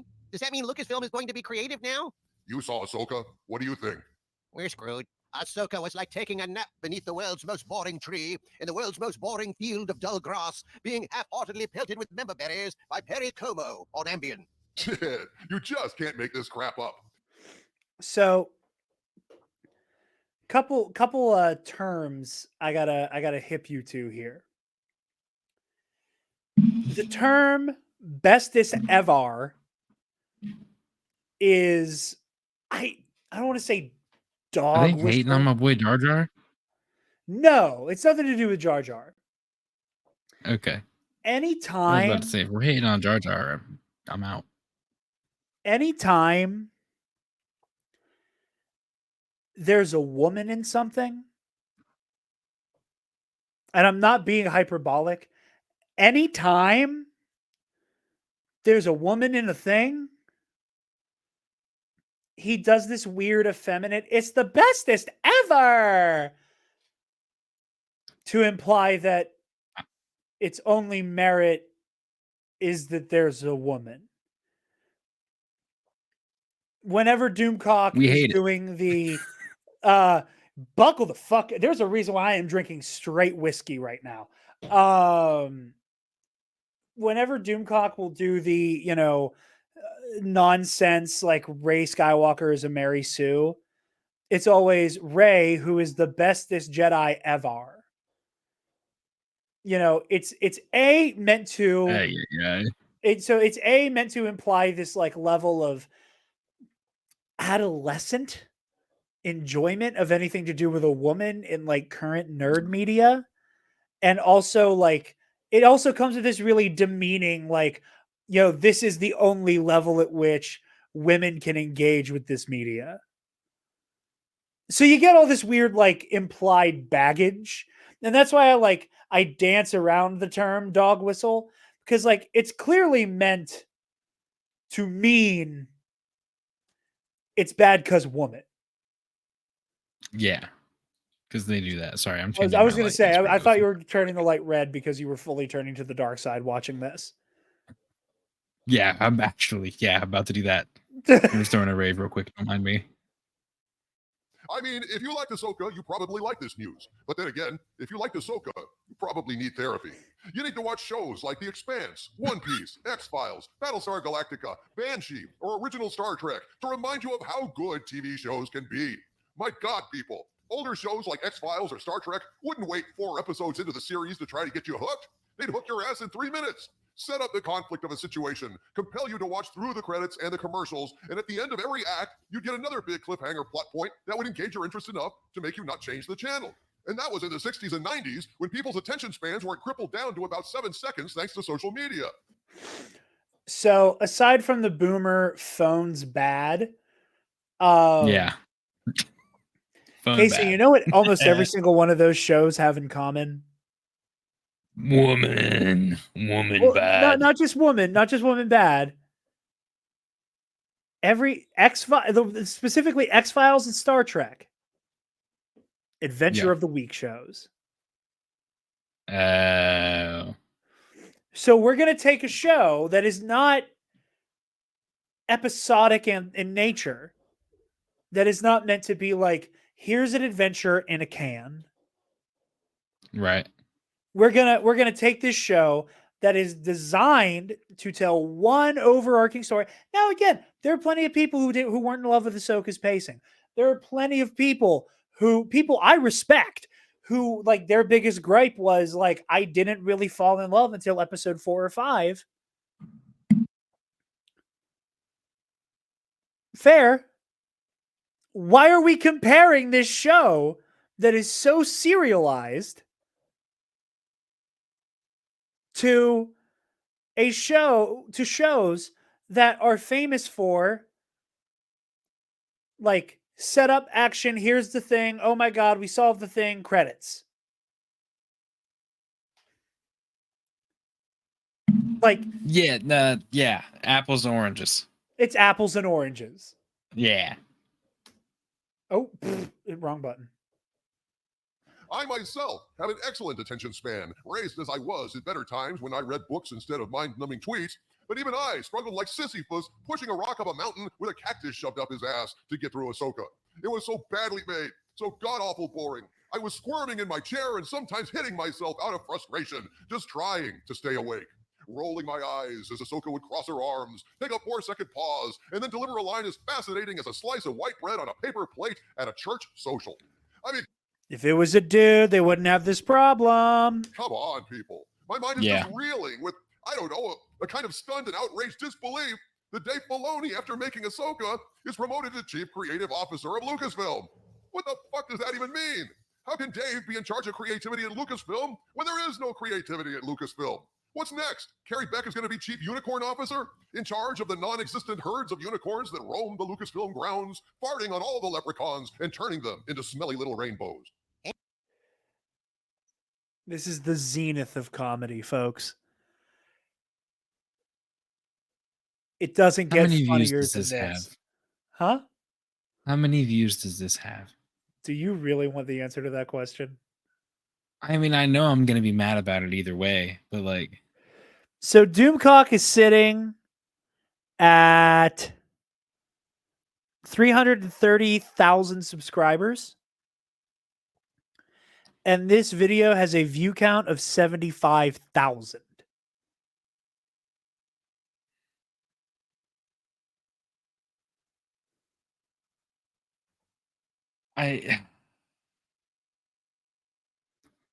First, like, I don't know. I don't understand. This is just one of those things where, like, I'm watching it and I'm like, how does this dude? How does this? Well, how does you this see, dude? Kason, when you go woman bad, racist dog whistle, fart joke. That's the quality, dude. Content. That's literally what this is.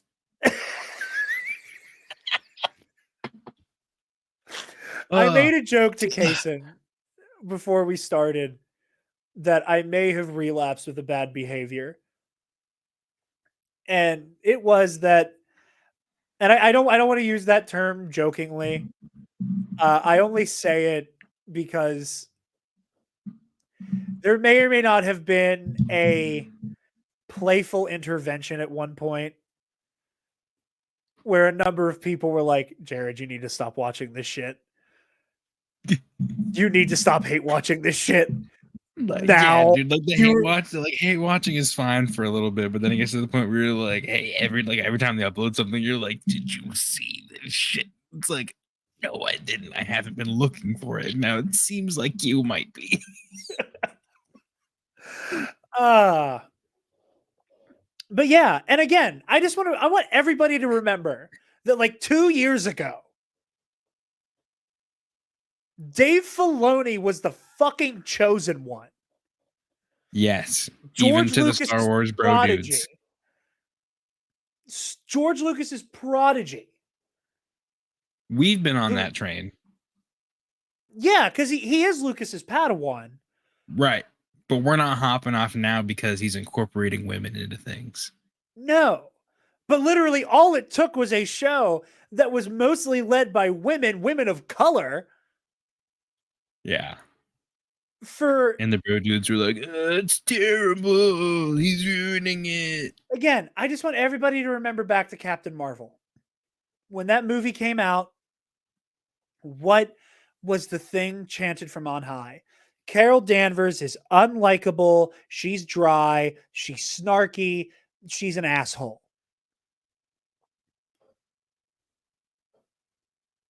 Minus the vagina, you just described Tony Stark. What is the refrain from these assholes? Every time something comes out in the MCU they don't like, I can't believe Tony Stark died for this. Yeah.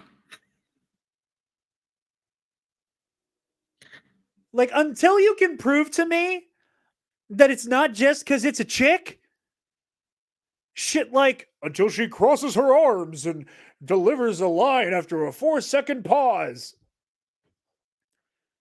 You mean like Vader? Yeah.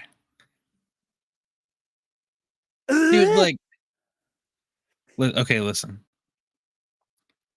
If we got, I mean, obviously I know it's not going to happen because she's Legends, but like if we had like Mara Jade, for example, in like a live action movie or something like that.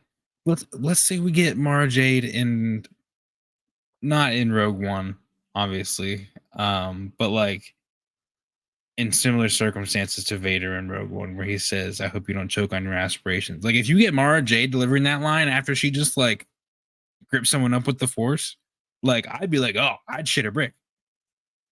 I would be like, that was so cold. That was so cool. But I feel like these dudes would be like, it's a bad joke because it's a woman. If a character like Mara Jade were introduced today, I say this having read Heir to the Empire this year, Mara Jade consistently outthinks, outstrategizes, outfights, and outmaneuvers Luke Skywalker throughout that entire fucking book. Mara Jade is the low man on totem pole for Talon Karrde's whole criminal empire. And she's telling Talon Karrde what's up. If these motherfuckers got Mara Jade just completely as is from Legends, they'd lose their minds. And you know why? Because to them, Mara Jade is not this morally complex dark Jedi who is just as capable, if not Luke Skywalker superior. There's a whole book where Mara Jade's like, yeah, I was sent to Jabba's palace because the Emperor knew what you were doing to free Han. I was sent there to intercept you and kill your ass. And if I were on that skiff, if I didn't get stuck in the palace when they sent you to the Sarlacc pit, I'd have fucking killed you above the pit of Carcoon. But they would have lost their minds for that because to them, Mara Jade is this hot redhead in a skin-tight leather outfit with her tits cinched up to her neck. And because they can jerk off to all the bizarre Rule 34 art of Mara Jade on Reddit and 4chan, they love her. Oh, I love female Star Wars characters. Rey Palpatine's just a Mary Sue. Mara Jade was the Emperor's secret apprentice. You think Starkiller's edgy? You think Starkiller's edgy? Mara Jade was the Emperor's hand. A secret assassin that, like, could have held her own against Vader if it came down to it. And you want to look me in my eyes and tell me that if that same exact dynamic were introduced today, unchanged, unaltered to fit into the new canon, just copy, paste Legends to canon, people wouldn't lose their fucking minds. They would. Damn it. I keep the cursors on the wrong screen. At least Filoni will be better than Kathleen Kennedy. Au contraire, Harvey Cthulhu. I don't know what au contraire means. It's French for fuck no. Dave himself laid it all out in a well-timed Vanity Fair interview that extinguished all hope for better Star Wars moving forward. They just published an article titled Star Wars Undertakes Universe-Shaking Changes After Ahsoka. Undertakes. That's a good choice of words. Dave Filoni is now the official Star Wars Undertaker. Rest in peace, Star Wars. You said it, Skull of I just want to say real quick, I haven't watched a Doomcock in like almost over a year. I'm almost a year clean on Phantom Menace. Proud of you. Thank you. It's not gonna last. The last time I watched, the fucking skull in a jar wasn't a thing.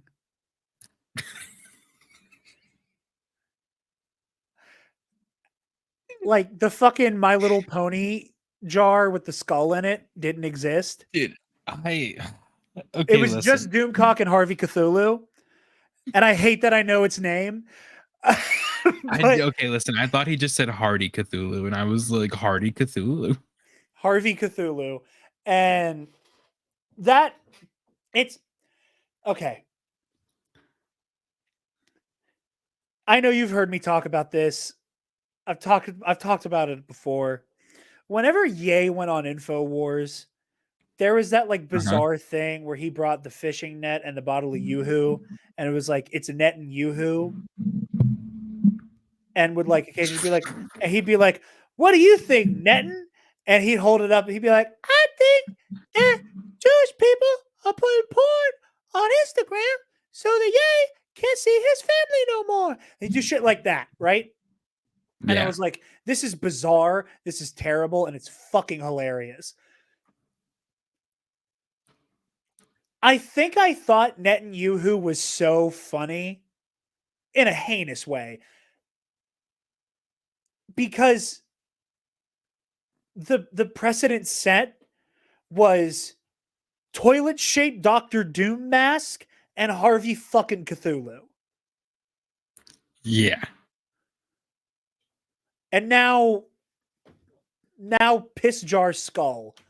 Calderon. In this article, Dave Filoni pretty much asserts that he's working right alongside Carrie Beck and Kathleen Kennedy. But then again, watching the gynocentric Lilith fest that was Ahsoka, we already knew that, didn't we? Watching Ahsoka was like watching a girl's slumber party with cosplay, space whales, and no popcorn, while Justin Bieber plays in the background, making swinging from a rafter by a rope seem like a sweet release.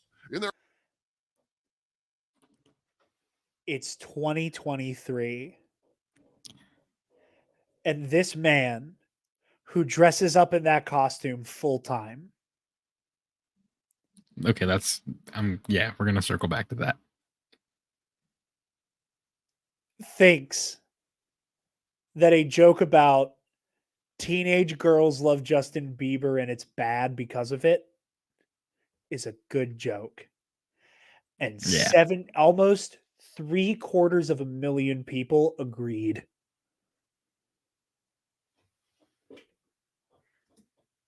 Damn it. I just article, Vanity Fair writes, quote, the amount of production and shit. Yeah, the amount of shit that goes into this.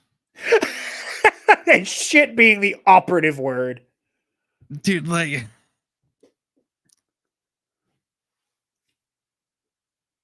it.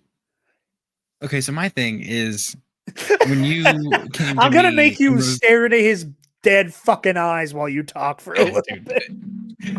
So like my thing is like when you came to me and you were like, "Hey, Kason, do you want to, be part-time on the podcast and talk about like Mando stuff and Ahsoka stuff and everything?" I was like, I don't think I'm exactly qualified for that, but like that should be cool. I see where this is going. Dude, I just the fact that this dude was like, let me get a seemingly Washington Commanders colored Michael Jackson Black Parade marching band jacket and a somehow a Dr. Doom mask that is somehow shaped like both a toilet and a penis at the same time. I think it's intentional because his name is Doomcock. Is it actually Doomcock? Is that like his actual thing that he goes by? Dictor Van Doomcock. I hate him. I hate him. I hate the whole thing. Like like this dude. First of all, like I said, he picked the costume. What the fuck are we doing here?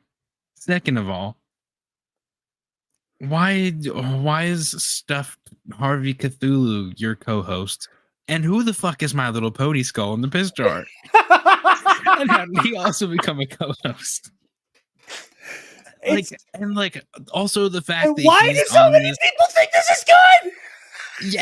Yes. Why do so many people think this is good? But also with the background, like I can't tell if he is trying to be a Power Ranger or if he is in the Undercity in World of Warcraft. I can't tell. He's in his secret lair in the center of the universe. Direct quote. If that helps. If that helps. Oh, I hate him.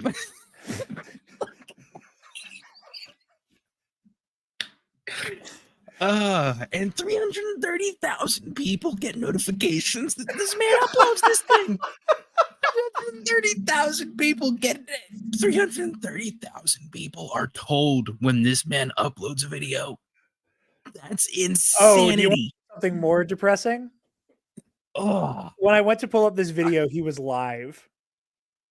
Oh, Jesus. I can't even imagine what he does on live streams.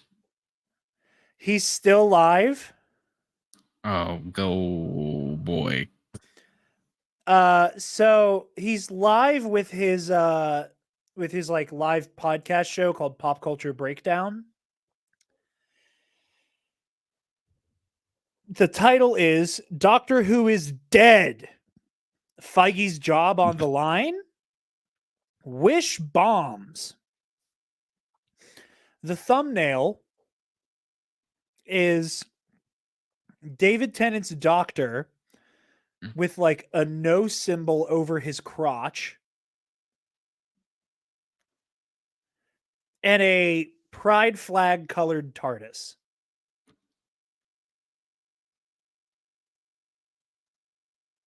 What?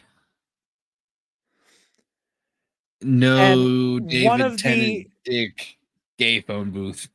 And when I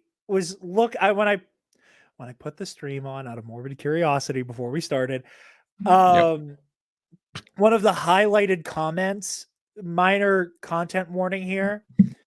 One of the highlighted comments was a portmanteau of the R slur and TARDIS with a bunch of transphobic comments all around it. Yeah, that checks out. Just so we're clear on the fucking fan base for this live stream that started several hours ago and is currently clocking in at 870 people watching live.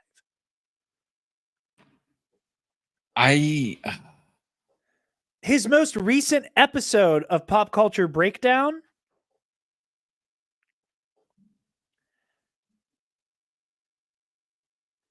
Okay, so this has so I'm looking at like the live tab. Hold on, let me look here.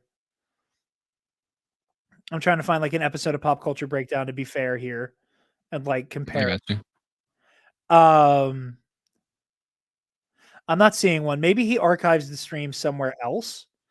But the most recent one before that, before the one that's happening right now, 10 months ago, a happy hour with Critical Drinker, 171,000 views.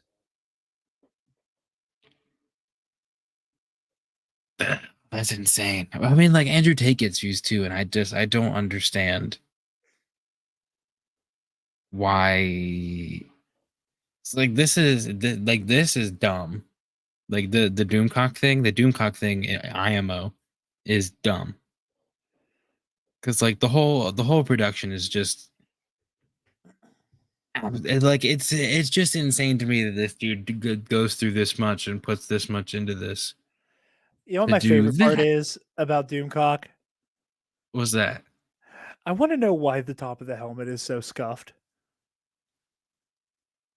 Yeah. And I just want to call attention to something for our audio listeners. We are 5 minutes and 35 seconds into a 12-minute and 45-second video. And we've been on this for... He has not said a word about the actual contents of the article. Yeah. All he has said Yeah. is Dave Filoni is CCO, Ahsoka bad, fart joke, make me a sandwich. What do you think, Piss Jar Skeleton and Harvey Cthulhu? We are almost halfway through. And he has not said jack rib shit about anything. Dave Filoni has a new mission in the Star Wars universe after guiding Rosario Dawson's force-wielding hero to distant celestial realms in the first season of Ahsoka. The writer, producer, director, who started out working alongside George Lucas on the animated Clone Wars show nearly 2 decades ago, has ascended to a new position at Lucasfilm, one that will give him input into all the galactic storytelling going forward. Now I'm what's called Chief Creative Officer of Lucasfilm, Filoni tells Vanity Fair, which places him into the development process much earlier and in a much more expansive capacity than his previous advisory duties. In the past, in a lot of projects I would be brought into, I would see it after it had already developed a good ways. Disney Plus shows never developed in good ways, only bad ways. Not a good start to your interview, Dave. He'll stick the landing, Harvey. Yes, right up our asses. Fortunately, in that regard, I have nothing to worry about, unless he finds it. This article continues. I would have thought something this level of humor, but not like a dog whistle fest, was funny when I was 13. And by the time I was 15, I'd be trying to scrub the memory of everybody I knew that I watched that. Yes. News quote. Filoni will now work more directly with Lucasfilm. I prefer Doug and the sock puppet from Screen Crush instead of Harvey Cthulhu and Jar Skull. Do you mean Nostalgia Critic? No, from Screen Crush. I haven't seen a lot of Screen Crush, Ryan so Airy? I'm not sure. Yeah, no, Ryan Airy on his Screen Crush videos, he always has his dog Doug with him. Doug's great, cute little guy. And then there's always, whenever they do, he's always in their ads, is the little sock puppet guy. So like whenever there's like they do like a VPN ad, it would be like he comes in as the sock puppet and he's like, hey, whatever, this person just sent me a message and wants to do this, whatever. And then Ryan's like, I don't know, I don't think you should do that, dude. And he's like, well, I just did. And then comes back like later in the video and he's like, oh, Ryan, you were right, I got scammed. And then Ryan's like, huh, little sock puppet guy, you should have used NordVPN. But yeah, I prefer Doug the dog and Ryan Airy's sock puppet very much so over Harvey Cthulhu and over Piss Jar Skull. Yeah. President Kathleen Kennedy, and alongside Carrie Beck, a veteran producer turned head of development to originate and shepherd the new generation of Star Wars shows and movies, unquote. And verily, there was much jubilation in the kingdom as Star Wars fans took to the streets and danced like in an episode of Pop Rock, happy like little girls. And that last bit was so sarcastic. It tasted like fucking asparagus. Oh, I could smell it all the way over here, Harvey Cthulhu. I just want to make it clear. They literally make a joke about vegetables. Watch it again. Watch it again. Harvey Cthulhu pisses his tank. To the streets and danced like in an episode of Pop Rock, happy like little girls. And that last bit was so sarcastic. It tasted like fucking asparagus. Oh, I could smell it all the way over here, Harvey Cthulhu. He had to make the tank green in post to make a joke about the squid guy pissing the tank. We are 7 minutes and 30 seconds into this video. And Dictor Van Doomfuck has gotten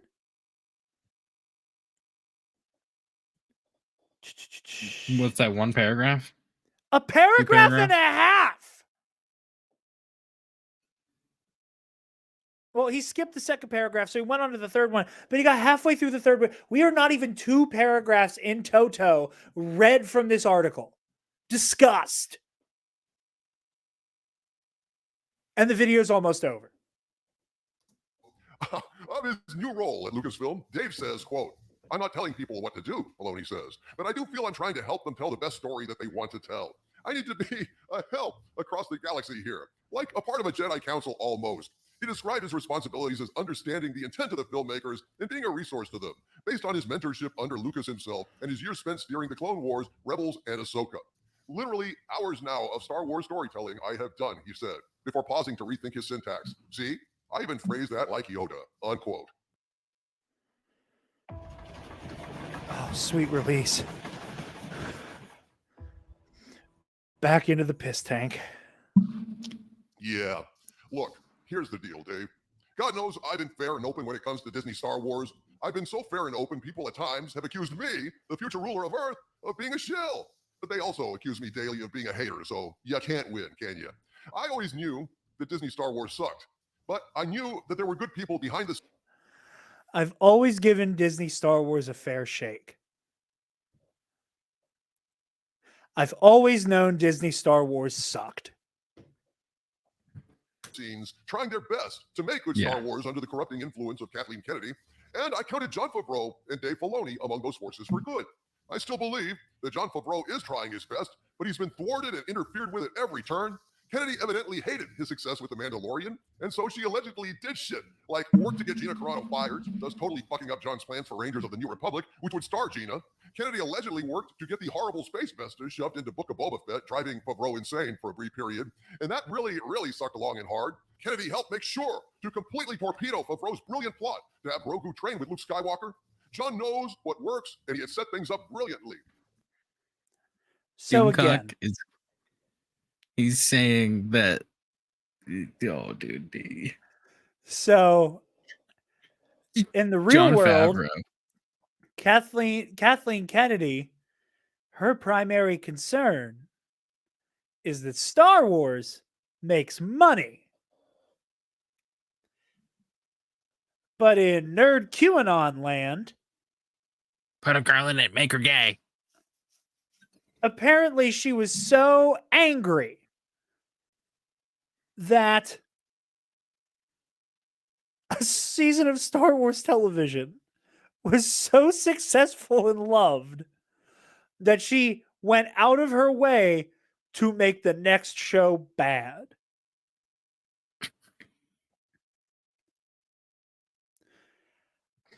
I have lamented with many people that in the age of us knowing so much about how older movies were made, there's a lot of people who think they know way more about the industry than they do. And then they're putting chemicals in the water to turn Grogu gay when he eats the frogs. Yeah.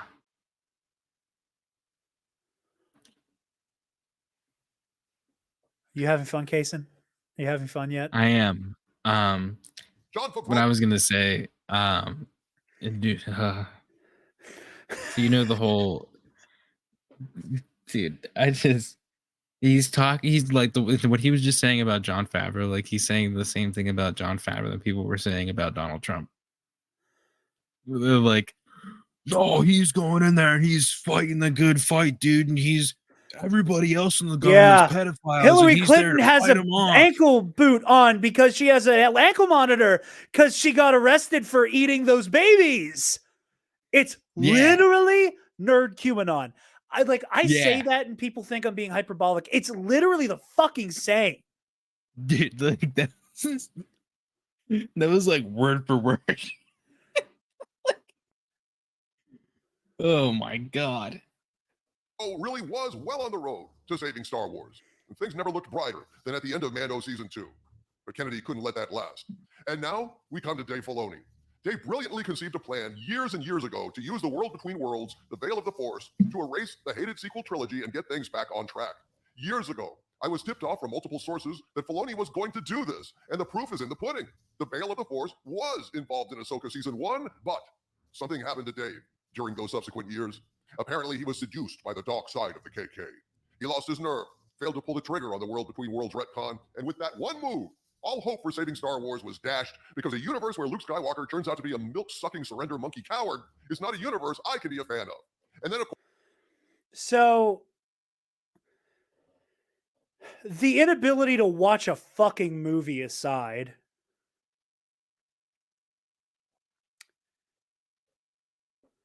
what is it, Dictor? Could John and Dave inexplicably get away with setting up the World Between Worlds to retcon the sequels? Or is Kathleen Kennedy so powerful that she could nuke it from a mile away?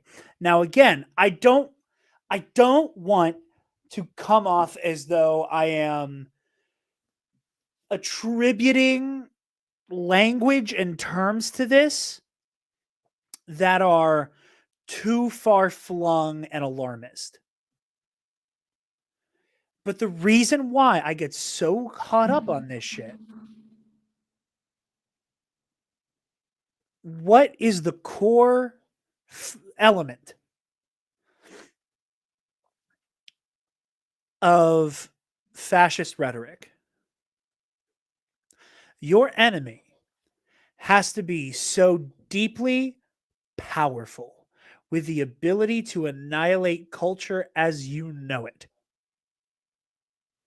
but also so hapless and stupid and unable to actually be a worthy opponent that they are at once an existential threat and a self-apparent joke. A couple years ago, I may have said that, like, you know, this kind of reactionary thought, like, lends itself to talking like a fascist, but it may not be intentional. I can't say that with a straight face confidently anymore. Yeah, no. But, like, this is what I'm talking about. Like, he's literally talking about Kathleen Kennedy the way that fascist dictators talk about whatever outgroup they're using as a scapegoat to gin up some type of psychosis. Yeah. And then this is an episode where Doomcock does not use anti-Semitic dog whistles like cultural Marxism, which he has an innumerable amount of times.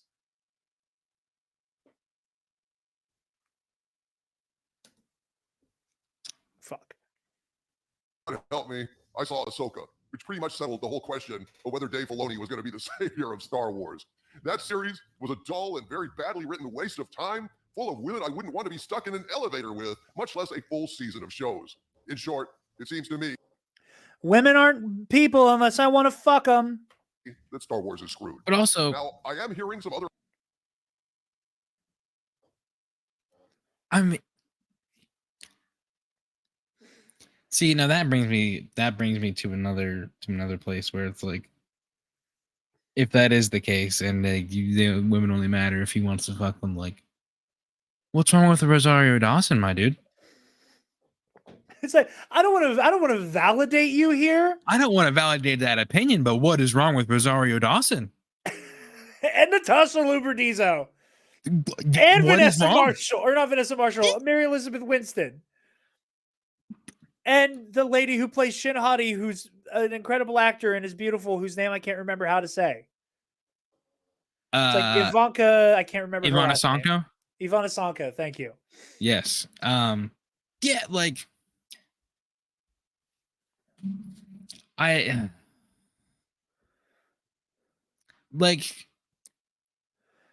I do just want to say, I'm considering clipping this part of the episode out as its own video. If I do, this image of Doomcock is going to be in the thumbnail because he just looks so embarrassed. Yes, 100%. It looks like he put Doomcock in the corner. Yeah, like Rosario Dawson's hot. Like I don't want to. like I don't want to like objectify women and Yeah, everything. you but, don't like, want to reduce this I don't incredibly want to talented reduce like actor that's to her not all look. Rosario Dawson is because But she's it's also a Rosario very fucking talented actress. Dawson. Yeah, dude, that's what I'm saying. And like Mary Elizabeth Winstead too. Like I forget what first movie that I saw with Mary Elizabeth Winstead in it was, but I'm pretty sure that immediately upon seeing her, I was like, oh, crush instantly. So like, Was it Scott Pilgrim? yes, very good in Scott Pilgrim. I feel like there was something else that I saw her in before that, but I don't remember. Am I crazy or is she in Sky High? Ooh, she might be.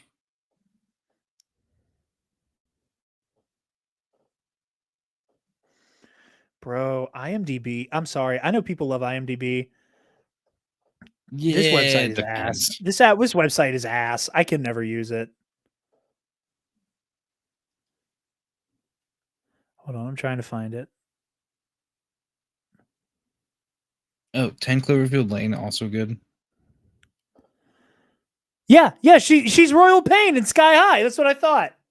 Okay, yeah. And we were kids. I don't know how old she was then, but I know we were kids, so we were allowed to be like, damn. Yeah, 100%. So yeah. Anyway, back to our Supreme Overlord. Oh, Final Destination. To be fair, my friend Cameron Pashaw, for example, has some interesting things to say about what's going on behind the scenes at Lucasfilm. And to be fair, I'm going to present those views in another video, along with some potentially good news about all of this from a longtime source that could mean there is some hope here. And I'll bring you that view as well, folks. I just need to process and think about the various things I'm hearing from Cameron and my other source. But for right this minute, my knee-jerk reaction, I'm feeling deeply, deeply annoyed and extremely pessimistic about the future of Star Wars. From the center of the earth, this is Dictor Van Doomcock bidding you all, my friends, stay angry. You cannot convince me that you have anything meaningful to say as a pundit of any kind if you cap off all of your videos with stay angry. Yeah, like what is that? Why? And don't get me wrong, one of my favorite things about Doomcock is the way that he does these fucking Q drops. It's like, my sources at Lucasfilm have told me, and not a single fucking one of them has ever been true. Yeah. Just like Q. Just like Q. Just like Q. They had been saying for years, people at Lucasfilm are saying that they're going to retcon the sequel trilogy. They're going to save Star Wars from itself, from Kathleen Kennedy's evil feminazi grip. They just kept saying it. Just the same way the Q people kept saying, oh, it's happening. It's happening. All of the arrests are going to happen. It's going to happen. It's going to happen. And then Trump would tweet something or say something. I'm like, see, this is proof. This is proof. And then when Grogu got picked up by Luke, this is proof. They're retconning it because the movie said that Ben Solo was Luke's first student. Nowhere did it fucking say that. And they're going to prove it because this is how it's going to happen. And no, you fucking dipshit. Yeah. Stay angry because you're going to be angry for your entire life if you think even a scintilla of this is true. My whole thing is just like, why can't we just enjoy things? Like, why? Like, if you didn't enjoy it, then like, okay, cool, I'm sorry, but like, Steele Saunders, host of Steel Wars, once said, "Love Star Wars like a kid, dislike Star Wars like an adult." Yes. Like if you get into it, then get the fuck into it, dude. That's cool. That's what we do. That's why we're here right now. Let these stories affect you the way they want to. Yes. And if it doesn't work, it wasn't a personal attack. Right. You fucking virgins. You untouched fucking cucks.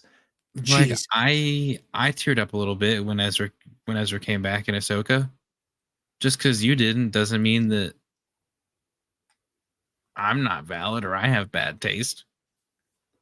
Like, not everything is for everyone, and not everything's gonna work for everyone, and you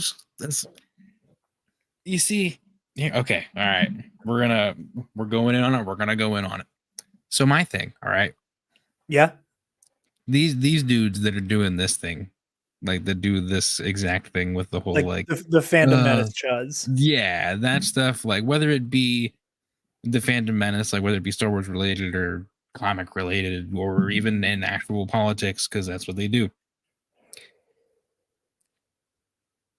These people, these motherfuckers do this thing where they're like, oh, you can't have everything you want. Oh, fuck your feelings. Well, you know, oh, you're a crybaby bitch boy, soy boy, whatever, you know? And then as soon as they don't like something, they're like, oh, it's a personal attack. It's like, Shut the fuck up. It wasn't meant for you. It's not a personal attack because you didn't like it. I promise you that shit. If it was a personal attack, you would know it was a personal attack. This is a personal attack. You look like Shut the Bane fuck right up. now. look like what? You look like Bane right now. I was gonna try to. I don't even know. I was gonna be like, "Oh, you think the feminazis are your friends?" But yeah, I don't know. I just So, Mm, real quick just- to cap. Sorry. yeah, no, go for it. Just the double standard is insane. Real quick to cap this off. Now, I'm not going to say this with any amount of certainty because nobody knows for sure. And I can't remember the name of the video platform. I want to say it's either Rumble or BitChute, but I might be wrong. Like one of the right-wing YouTube clones. Mhm. There is a channel. I can't remember its name. Where this guy in a mask and a costume with a super involved green screen where he does cutaway bits to other characters, all voiced by him, is constantly talking about all kinds of bizarre, anti-Semitic, straight up Nazi shit. Like Great Replacement shit. Great. There is a large contingent of the internet that is fully convinced that it's Doomcock. Wouldn't surprise me. Wouldn't surprise me. He has the format down. He already has the format down. Bro, just literally just go change costume, go change setting on the green screen, Yeah. and then just pan to different cameras that have a different stuffed animal and a different something in a jar. Easy mode. Different skull in a piss jar. Yeah. I don't. It just every time you show me something like this, I feel like I have the same reaction. Where I'm just like, at first I'm like, and I just like sigh, and I'm like, how does this exist? And then I start to like realize like the workings of it a little bit, and I'm like, okay, I know why this exists, but fuck you. Why, don't. Like, just don't. Someone pressed publish. Yeah. Okay. Yes. And that's the thing I was getting at earlier. And where you let's asked me to be on remember, the folks, podcast. an ad played on this video. This is monetized. Are we monetized? Do we have ads playing on our videos? We don't have Not yet. ads. We are on the cusp. We need like 40 subscribers. Share this, tell get- your friends. Yeah. Okay. Listen. to get Why like the is- first phase of monetization. That dude's making money for that. Kason, I saw so many super chats in that live stream. That dude's making so much money for that. Like it. Share this video with your friends. Tell them to subscribe. Help us get to the first phase of monetization so that we can continue to build and maybe hopefully eventually get to past Doomcock's level so we can sun him very publicly. I mean, we're kind of doing so now, but like, Yeah. not as many eyes. If we get those eyes though, counting on you guys. So we come to the end of this, Jordan. Knowledge fight joke for Paco. How you feeling? About just the Doomcock thing, or like with like Mostly the Doomcock thing. okay. I just that's where I was going with, like, when you asked me to be on the podcast, and I was like, I don't think I'm really qualified for that, but like could be cool. We're just chit chatting about Star Wars. It's all opinion and things you notice, whatever. That's all cool and well and dandy. But like I was anxious to just like come on the show and just give like a little opinion and be like, "Hi, I think this is cool." But this dude's like, everything sucks. Women suck. Dave Filoni now sucks because he likes women. And he is confident enough to spend several hours editing that and producing that whole thing, and then also pressing upload.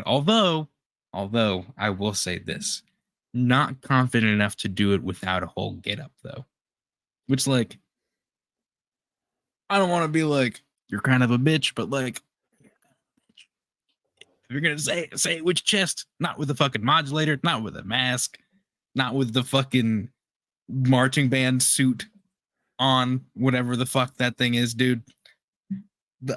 If you're gonna say This bitch. yes, I will say, in a tepid defense of Doomcock, he does not have the voice changer on for live streams, but he still doesn't show his face. all right. Does he sound? I need to know what he sounds like on live. He sounds like Harvey Cthulhu. Yep. Okay.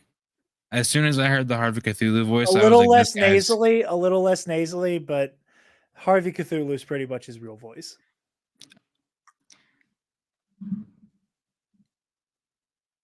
I Harvey wanna say Cthulhu, a cryptid who's, after this video, also technically in a piss jar. yes.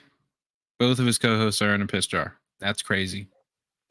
As soon as I heard the Harvey Cthulhu voice, my brain immediately said, "This motherfucker sleeps with a Mikasa body pillow." This man is your average Redditor. He's a fedora wearer, an avid fedora wearer. He has several fedoras. Several fedoras. He has one whole closet that is just fedoras, I would imagine. Yeah, and then another closet that he's still in. Anyway, You're hey, Kason, where can the lovely people find you? You can find me on Twitter and Instagram at Cray Breezy. You can also find me here sometimes. I also manage a deathcore band.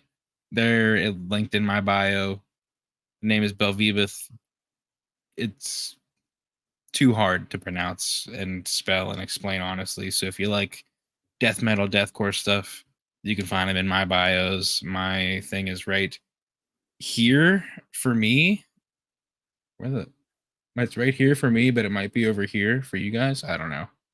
It's flipped, I think. It's on the screen. It's on the screen. It's somewhere on the screen. My ad is somewhere. You can find me there and do what you will. Where can lovely people find you, Jarod?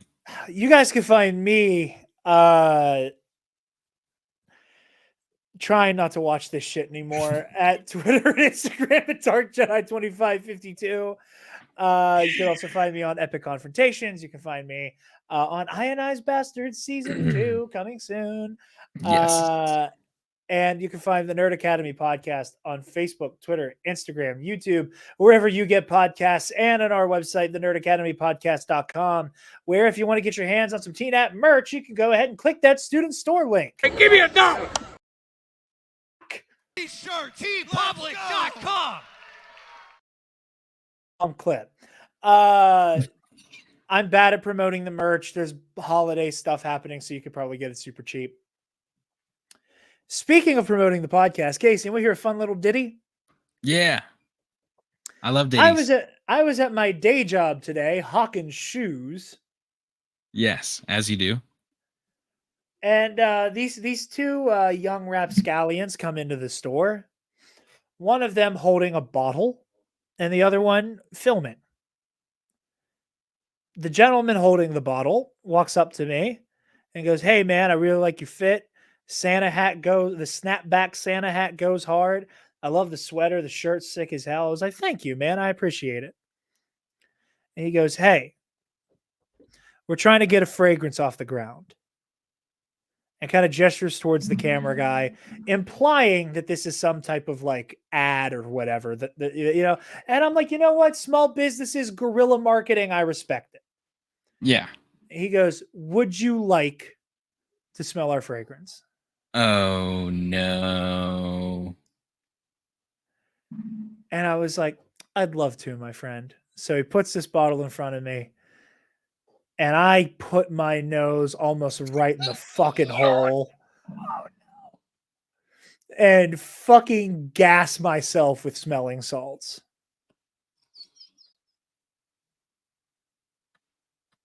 It was smelling salts. Yeah.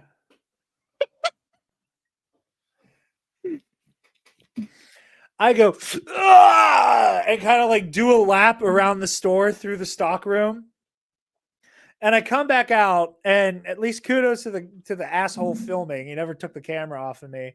And I come around the corner, eyes watering, can't breathe, look right into the fucking barrel of the camera. I go, "Check out the Nerd Academy podcast on YouTube and wherever you get podcasts."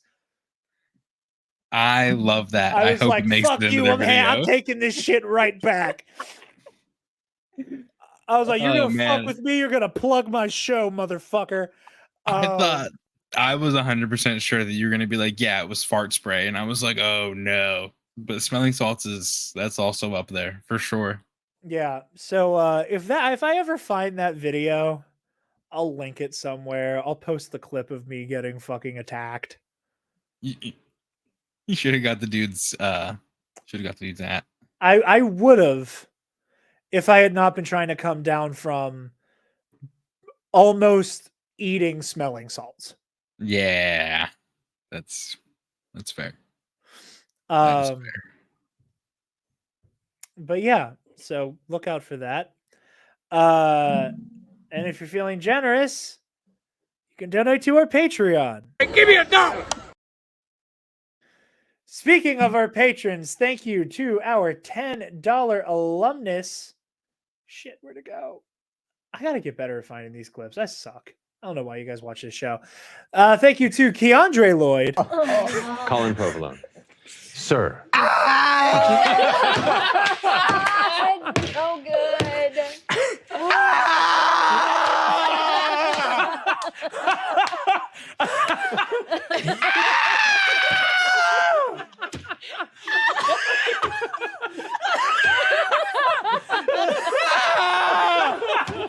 Steal yourself, Colin!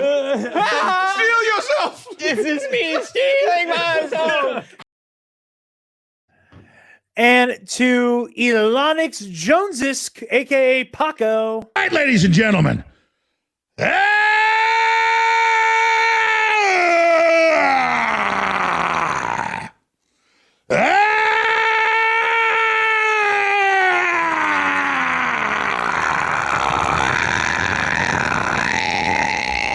From the front lines of the information war, it's Alex Jones.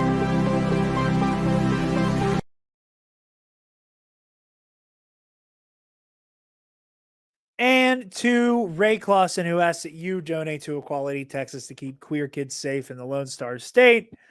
Hell yeah. Yeah, that's all we have. Next week, hopefully, Travis and I are going to have a TNAP news roundup for you guys over there. There's lots to fucking talk about, and we haven't had a chance to sit down and record. I'm going to be cranking out the last episodes of the Versus series for the year as well. So stay tuned for all of that. $5 tier on the Patreon gets you access to the Versus series. So yeah, check out Ionized Bastards. Look at our Versus series. Subscribe, and yeah, Subscribe. Share this video. Share this video. Tell all your friends. Tell your friends, and stay better than fucking Doomcock. May the force be with you. Stop! Move away from the cookie jar! That motherfucker couldn't lace my boots.